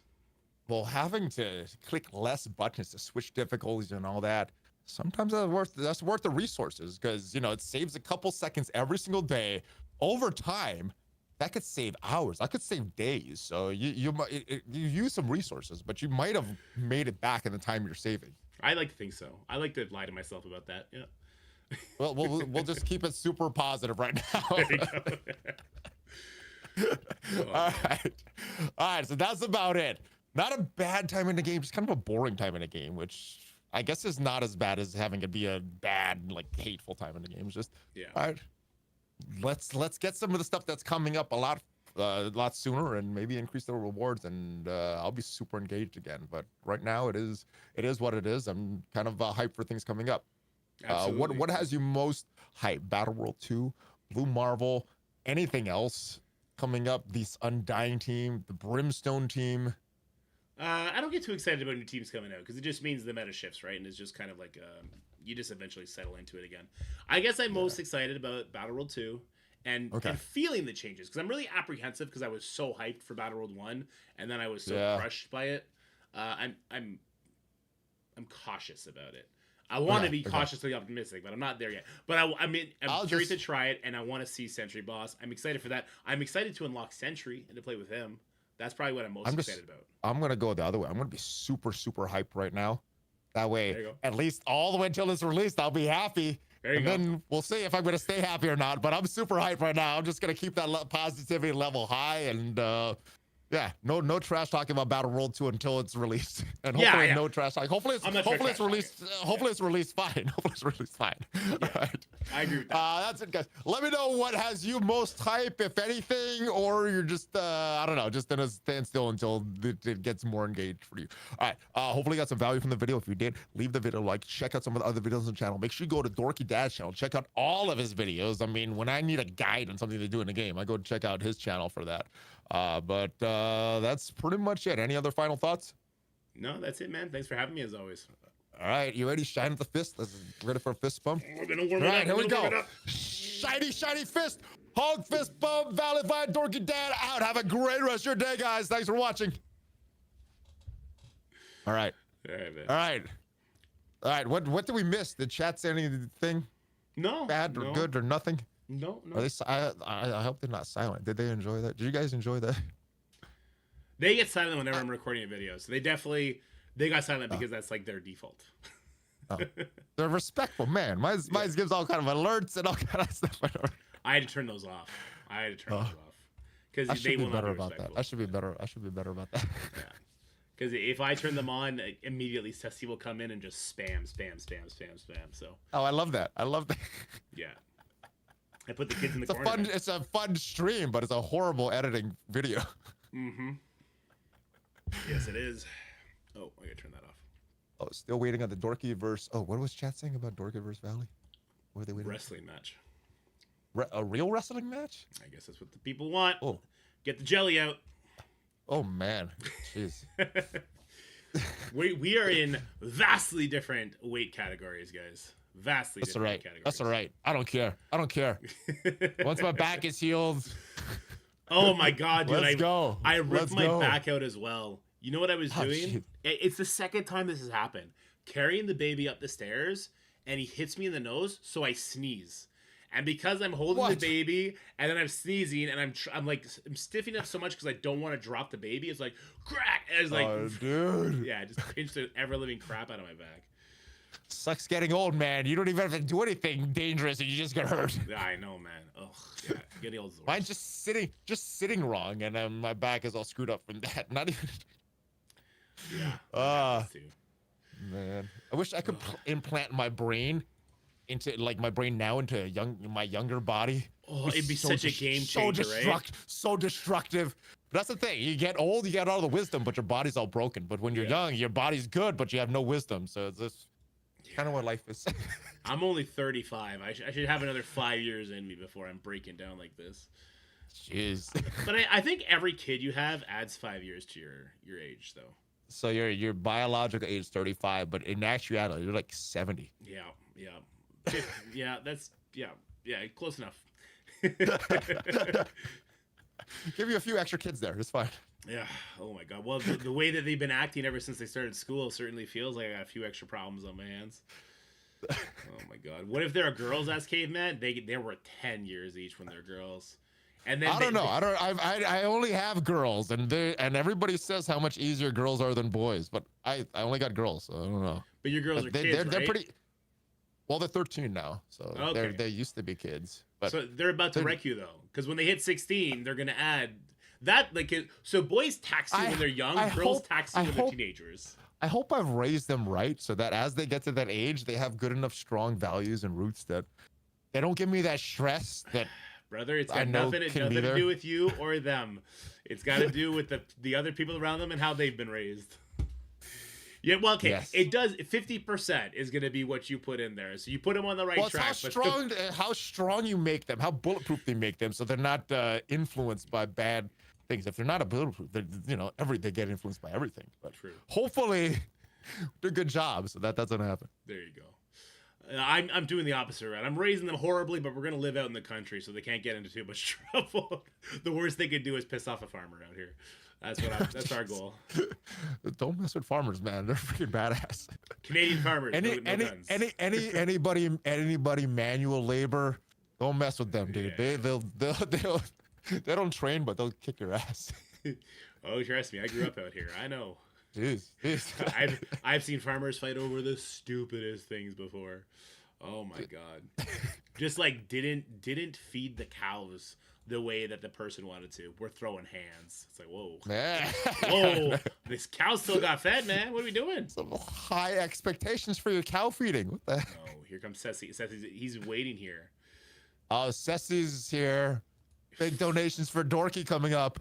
Footloose, a chicken race with tractors. Yeah, no, that's about right, Ceci. Yeah, that's about right. With the rake sticking out like you're jousting with your tractors. Yeah, exactly. Oh my god. My middle child, he's a wild child, right? He jumped. I don't know how he got up to the bathroom counter because we have a stool for the baby, but he must have used that to climb on top of the bathroom counter, and he jumped from the counter to where we hang our towels on that bar. Holy crap. And he ripped the fucking bar off the wall. And he ripped a giant strip. Well, of course it's not. It's not meant for a human. It's meant for a towel. It's meant for a less than 5 pound towel, dude. He's a 4-year-old, but he jumped like he thought he was in freaking Ninja Warrior or something, man. And he grabs it and he rips it, and the whole fucking drywall from where the studs were all the way down, ripped it all the way through. I gotta love that. Yeah. Oh, thanks, buddy. Those are the kind that upset you in the moment, but looking back 5 years, you're like, oh, that was so funny. That was so great. I was with the baby and I just heard my wife scream, just like, ah! I turned the corner thinking that like he's drowning the other kid in the bath or something like that, and then I look at the wall and it's just rock dust everywhere. It's like, oh, fuck. Yeah, read the chat. Yeah, why is your kids jumping off stuff? They should be driving the combine at their age. Fair enough. What the? Oh my god. That's why, because he's idle hands, man. He's just jumping off stuff. He should be running that combine, doing your gardening work for you. I guess it's not gardening at that point. It's different, right? Different. Yeah. The thing about it is you're harvesting. Yeah. The thing about it is because we live in the country, it's a smaller school. When I was in elementary school, I had gym every single day. You have gym every single day in the States, right? The girls, I had PE. The girls have athletics because they play sports, but they have PE for like the non-sports kids. So it's a little different here in Texas. But for me, we had PE. But I grew up a long time ago, man. PE was standard across everywhere back in the day. Some states, I don't think it's standard anymore. Wow, that's the thing. So when I was growing up, we had gym every single day. And we'd have like 30-minute recess and a 50-minute recess, and you'd be out playing. He doesn't have gym every day. He has gym on, I think, Mondays and Thursdays. Oh, and then the 2 days a week is not enough. It's not enough at all. It's not enough at all. So I gotta figure. The thing is, it's because it's such a small school, but they still have all the grades K through 6, so they have to share the gym. So they literally can't do that like that. So it's oh my god. But we got to figure something out. I think we're gonna enroll him in Taekwondo. There's a Taekwondo sports thing in Rockland. Anything. Yeah.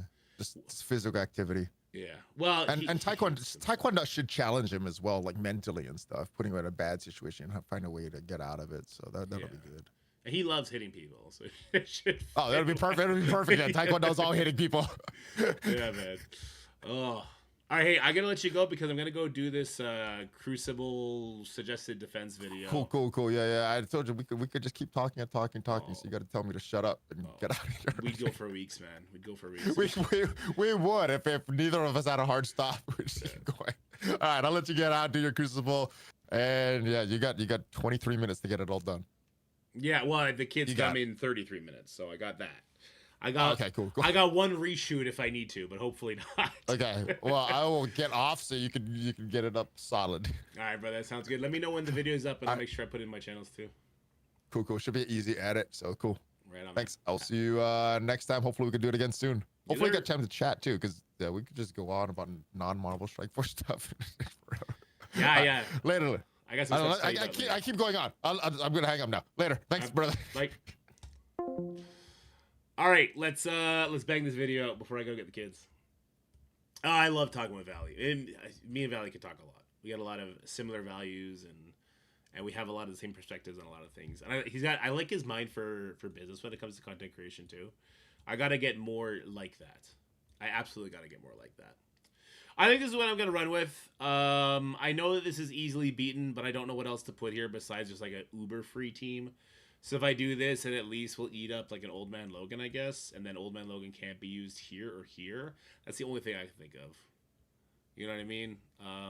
That's the only thing I can think of. Oh wait, this is wrong. Do I want Scorpion? Or do I want full Insidious 6? Do I want Vulture or full Insidious 6? I think you want full Insidious 6. I think you want full Insidious, and I think you want Vulture for the early debuffs to hopefully pop off. But Green Goblin obviously comes in and just dumpsters this. Like, not even close dumpsters it. The Insidious 6 having their stuff hidden behind their tag is kind of lame. It's a little bit too much. What would you put in here instead? What kind of Black Knight team makes more sense than Insidious 6, if anything?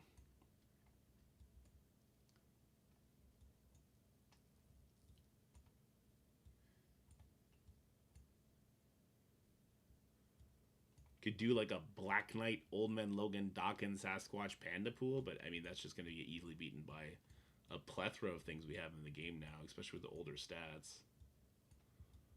I just don't think there's the old school Illuminati, but keep Captain Britain for myself. Like, that feels weird too.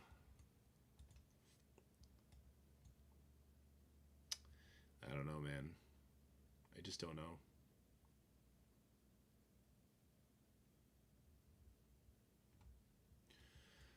I feel like I could probably find use for them on offense. Like, would Insidious 6 fuck this up because they'd steal the speed up on spawn? Maybe. A lot of half measures going on. Yeah.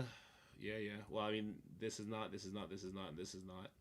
This is kind of a half measure. This is kind of a half measure.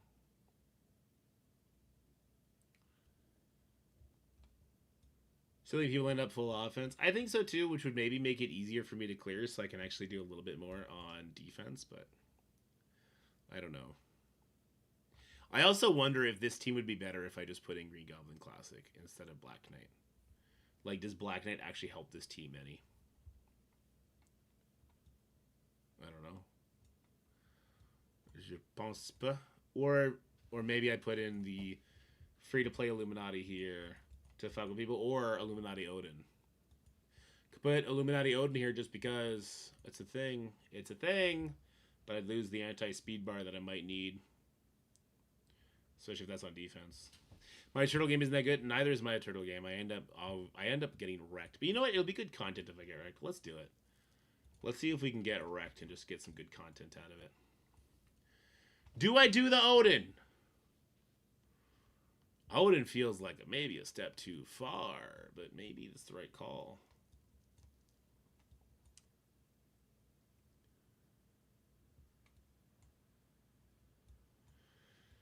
I mean, I put these guys at gear tier 20 for a reason. I might as well get some use out of them. Make a Mephisto team. Mephisto versus a curse is kind of where it's at, but maybe I could just put a Mephisto team up instead of just do a burn attack on a cursed. We could try that. I mean, I could do Mephisto with the Illuminati characters. Could try that. I gotta make this video, so I just want to kind of pull the trigger. Why not Professor X in healthcare?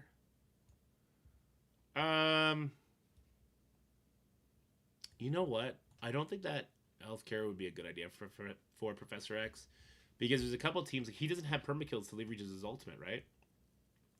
There's a couple teams that might be able to beat him because they just let him kill them the first time, but then they come back twice as strong. Not twice as strong, but they come back and get to do stuff to them. And I feel like that could cause some issues. Why don't we do like Orcus Mephisto? That could be annoying. I have a big Orcus. I don't know what I would do with Black Knight in that case, though, but I do have a big Orcus, which is kind of annoying. Just loses to Vigilante, doesn't it? Yeah, doesn't that just lose to Vigilante?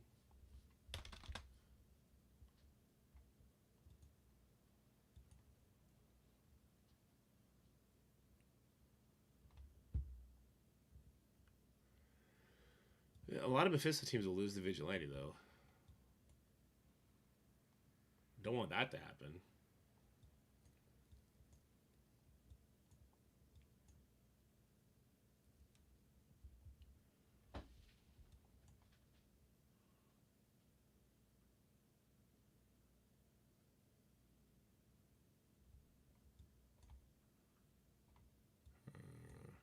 Using your Old Man Logan for a lot on offense anymore? It depends. Sometimes I get amazing use out of Old Man Logan on offense. Sometimes I get amazing use. I don't know if I don't think I'm willing to put Apocalypse up either.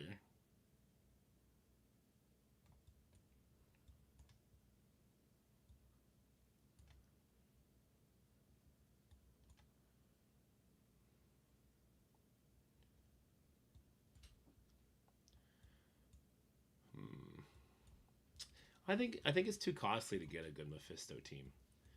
I think I'll put Odin on defense and keep my Mephisto instead. I think we'll do this.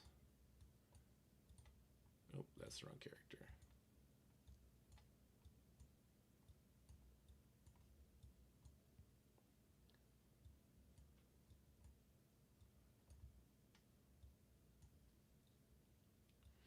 Fuck though, if I use Captain Britain, I can't beat Starjammers. The only way to make in Superior 6 or Insidious 6 not absolutely gape this team is to make sure Captain Britain's on it.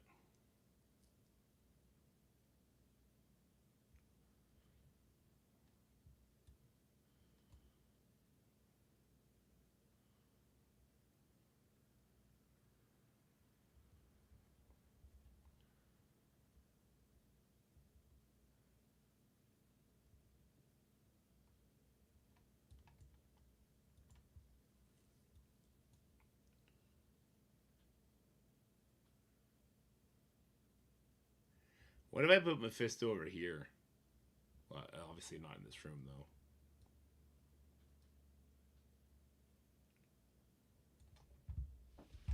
Meta screaming for another speed stop. Just take Blaster out back and blast them off already.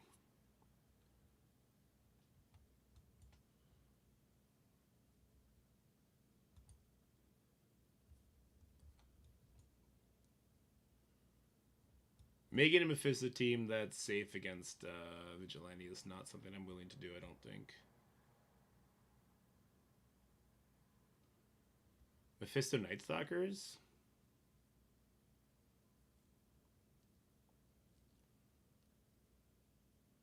No, because Silver Sable still goes before all of them.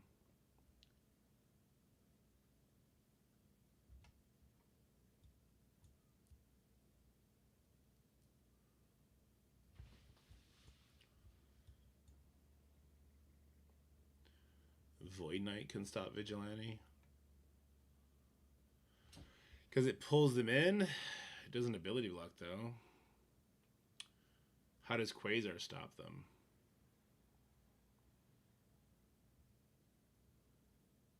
Quasar doesn't kill in time. Unless you think the Quasar one-shots the Electra. Is that what you're talking about? Make Mustard dead. You talking about Daredevil Modern? I don't know your edgelord lingo. I didn't even get my war attacks done for the day. I'm such a failure at this.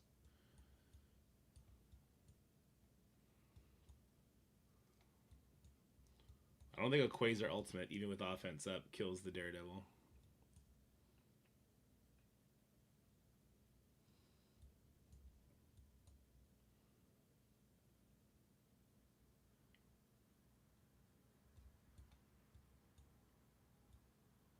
Fuck it. I'm leaving this here just to lose.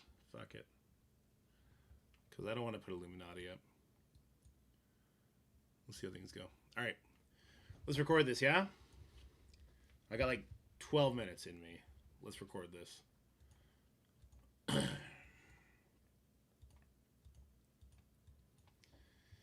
here we go in 3, 2, 1. How's it going, everybody? In today's video, we're going to be going over my Crucible defense for the opening Crucible of this season. Now, I do want to be very honest with you guys. I've started this for maybe about an hour and a half, looked at some things. There's 2 rooms that are interesting, the rest not so much. And because they're not super interesting, it doesn't really jump out at me which characters can kind of provide a lot of benefit where they weren't before. And so things are very vanilla. And so what it kind of devolves down to is you're either full offense or full defense. And I'm like not really willing to do either for the first one, but we may jump into either a full turtle or a full offense mindset after the first week. But I want to give you my preliminary thoughts, and maybe you can give me some of yours, and we'll see what happens when Crucible starts up tomorrow. We're gonna redo this. This was stupid. All right.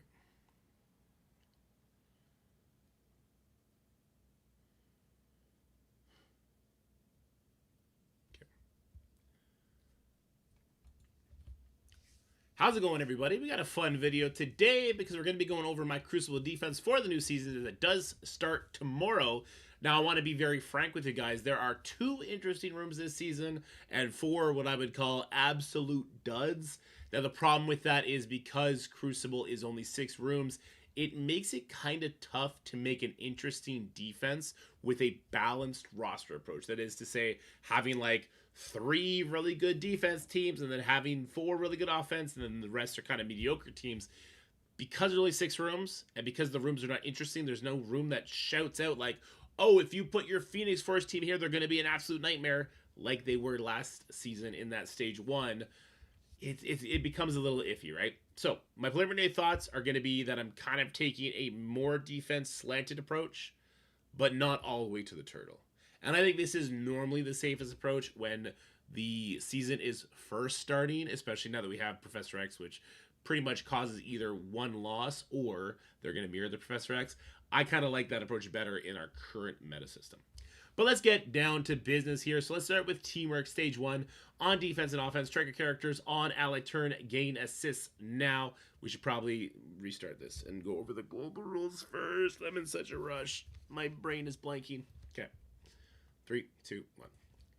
How's it going, everybody? In today's video, we're going to be going over my Crucible defense for this season that starts tomorrow. So make sure you check your defense and make any changes that are necessary. There are 2 interesting rooms this season, and the rest are kind of duds, which does make balancing your roster, either slanted defense or a slanted offense, difficult, and it doesn't feel like there's a balanced approach that I'm currently seeing, though we did see last season a lot of players pull their Professor X off to offense and put their Accursed and Starjammers on defense, and that's about as balanced as it was able to get. But let's break down what we're looking at for the start of this season. Teamwork. Nope. Global rules first. Okay. Common Witchcraft on offense and defense. Non-mythic mystic characters gain 20% drain per negative effect, per bleed, offense down, trauma, or disrupt. That means per negative effect on them. That's how they gain the drain. So if you put these debuffs on a non-mythic mystical character and they hit you, if there's all 4 of them, they might do a full heal if you're not careful. All right, so there's a lot of interesting characters.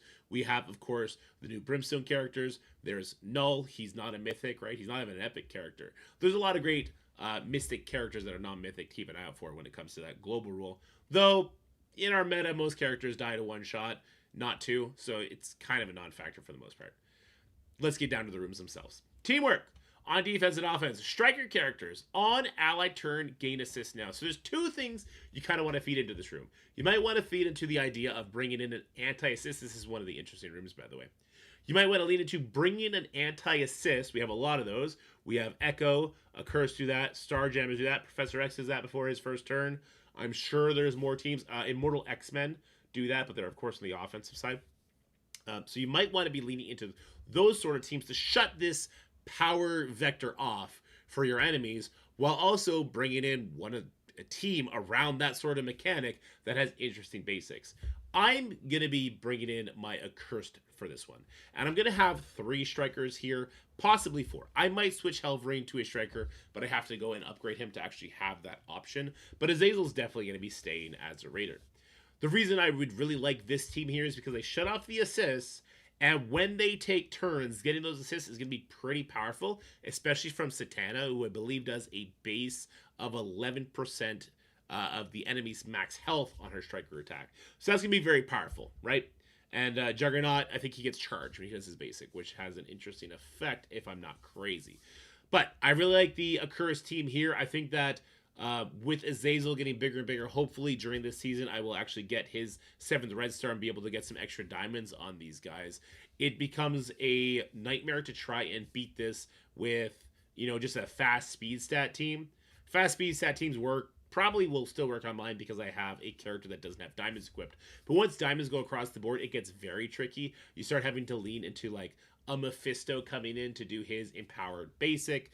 And that could get rough. There is another room where Curse looks very interesting in, but we'll talk about that when we get there. Let's move on over to Open Wound. On defense and offense, all characters apply bleed on hit and reduce resistance by 20% for any character with bleed. I kind of consider this a nothing room. So I'm not really feeding into this room whatsoever. I do have a character that's going to be putting bleed out there. I'm going in with my Black Knight and Insidious 6. This is supposed to be a Superior Spider-Man. I will change that after this. So no Green Goblin Classic. Supposed to be Superior Spider-Man. This is an easily countered team. If you go in here with an Insidious 6 that has Green Goblin Classic and Old Man Logan, you will walk over this. You will have absolutely no issue. But it's just kind of my throwaway team. It's my one throwaway team. I'm slanted very heavy to the defense, but I'm not all the way turtle. And the reason I'm not all the way turtle is because of this room here. If I was to be all the way turtle, I would be switching this room to Black Knight Illuminati with Odin. But I did not want to pair with part with my Captain Britain, because I feel like I'm going to need him for something on the offense. And without Captain Britain, Odin is not protected enough. So just did not do that team. But that's what I would want to do if I was going to go full turtle. All right, reflective shielding. All characters on turn gain deflect and defense up. This, again, is the kind of room that I just don't think does anything. It's not an interesting room, and it does kind of make having a balanced roster a little bit more difficult. I'm just throwing Starjammers in here. Starjammers are either going to get torched by a curse. There's going to be a mirror matchup where they can have an extreme advantage. I will move my Howard and Groot. They're going to switch spots. It's kind of just like a woo-woo thing, but having Howard in that 5th spot, people suggest it has implications.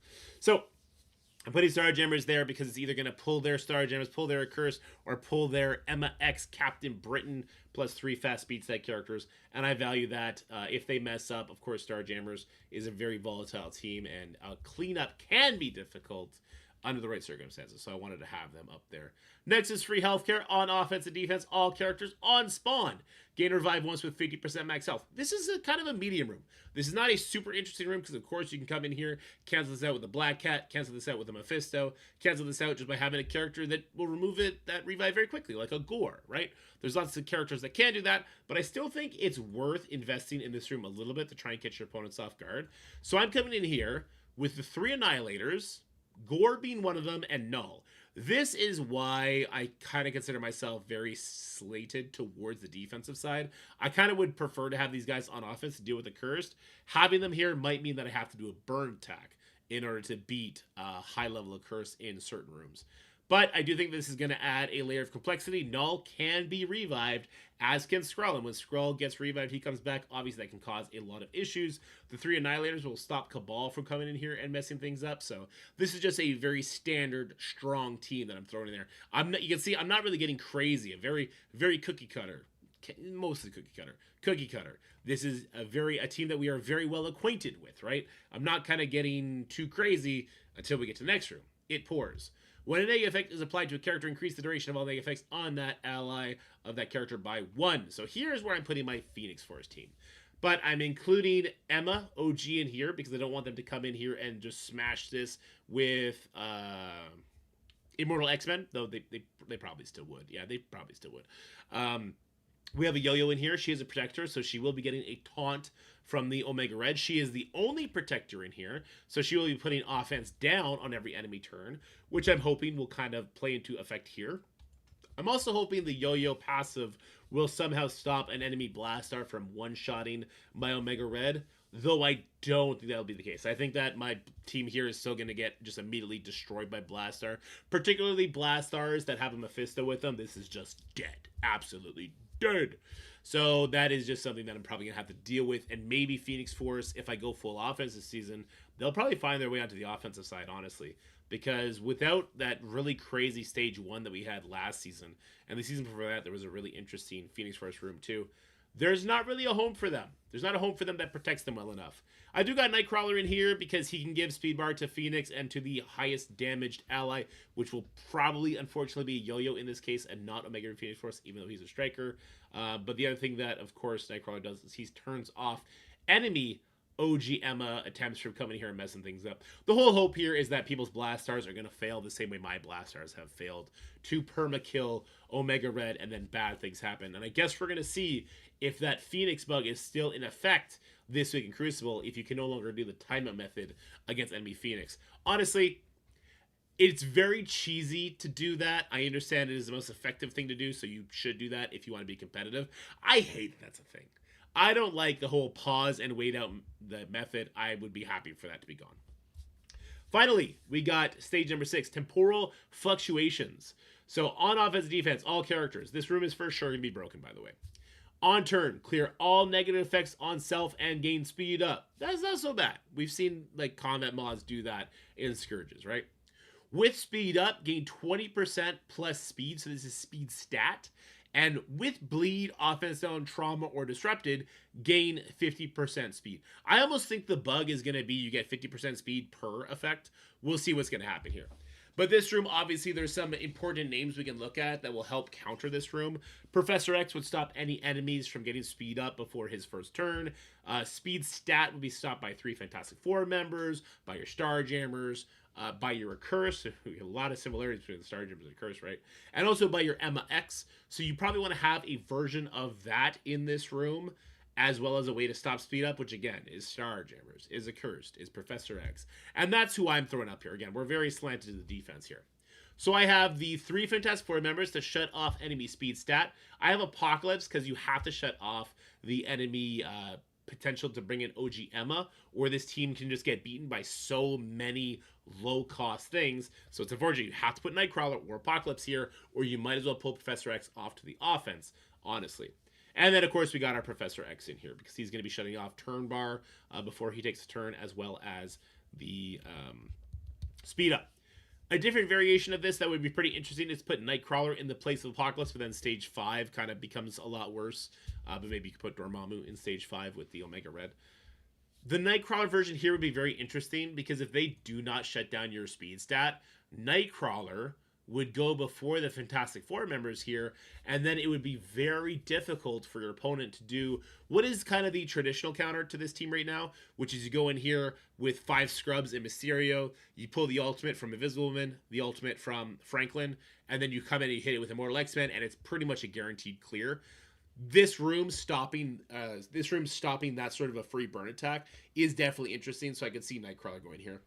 I could also see stage 6 and stage 1 for me flipping because Professor X does stop assists until he's taken a turn, which would be really cool. The problem with bringing Professor X over here is that, again, you would be kind of feeding into that whole one free burn attack, and then they could just hit it with Immortals because Immortal X-Men also stop assists on turn. So it's not like your Fantastic Four Professor X Apocalypse team would be getting benefits from this on the second hit, which is why I've kind of opted to go this route. But I do like Accursed in here as well. Because Accursed, you're not going to land trauma on them. You're not going to land ability block defense down. But I believe you can land these other 3 effects. And one of the main counters for the Accursed team is Mephisto. And the Mephisto in Power Basic puts out bleeds, and because he has such a high speed stat, that would mean that he is giving the characters that he puts bleed on this 50% speed stat really early in the fight, which would probably lead to Accursed going before whatever allies Mephisto brings with him, which would be an absolute nightmare. And so I think Accursed could land here, and maybe this Professor X team moves to stages 1, 2, 3, 5, and you just accept that Immortal's going to 2-tap you fairly easily. What I wouldn't do, guys, is I definitely would not put Starjammers in stage 4 with the revive once. I don't think I would put Professor X teams in stage 4 as well. I could be really off here. But the thinking is, neither of these 2 teams, well, except Apocalypse, have permakills, and these 2 teams are really, really powerful on their first attacks, right? But after burn attack, it becomes a lot easier. So if you put either of these teams here, there is a chance, a pretty high chance I would think, that somebody clever will be able to find a 1-tap that they'll die first, they'll lose all their revives, and then when they slap you back, they will have anti-revive measurements, and you're going to die from that. For instance, I originally had Starjammers here in stage 4. I was like, you know what? It would make that mirror match a lot more painful and it wouldn't be as fun. And somebody came in and said, well, what if somebody just hits it with Vigilante then? You start thinking about, okay, well, Starjammers lose their speed stat against Vigilante, but they get their speed bar, so they will go first, and they'll kill everybody once, and then, Vigilante will get their turns. And Silver Sable will be able to strip off all the buffs Starjammers would have in this case, and then Hitmonkey makes it so they don't revive. And this is a squishy team, right? So there's definitely a little bit of a double-edged sword when it comes to this room. In fact, this room may favor the offense more than the defense. This as well could have some issues, but I got the Gore here. He'll take off the enemy revive once. We have perma kills from the Null here. That's pretty interesting as well. That's just kind of some of the background thought that went into this. But let me know what you guys are going to be putting on defense for your first matches in Crucible. Do you think this is going to be an offensive or a defensive heavy season? Are you excited for these rules? And what would you like to see from Crucible in the future? Because, of course, I will forward that kind of information off to the developers when I do get to talk to them about these kind of matters. All right, guys, hope this video was fun for you. If you enjoyed it, please make sure you leave a like, share with friends, and subscribe to the channel. But for now, I'll talk to you guys later. Bye-bye. All right, kids. You guys saw the entirety of the video ahead of time. I hope that was enjoyable. I got to log back into the main account.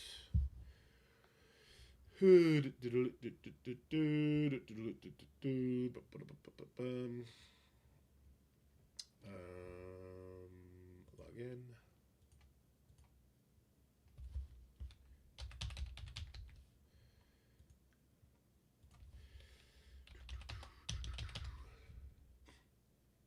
For now, I will see you later.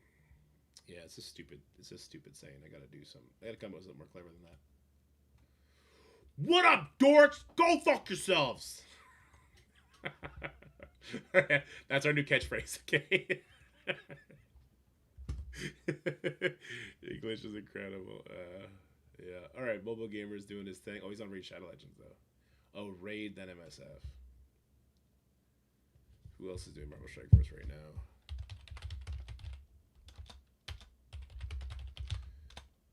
I still gotta do my war attacks. Thindrai. Chino. I don't know what Chino is.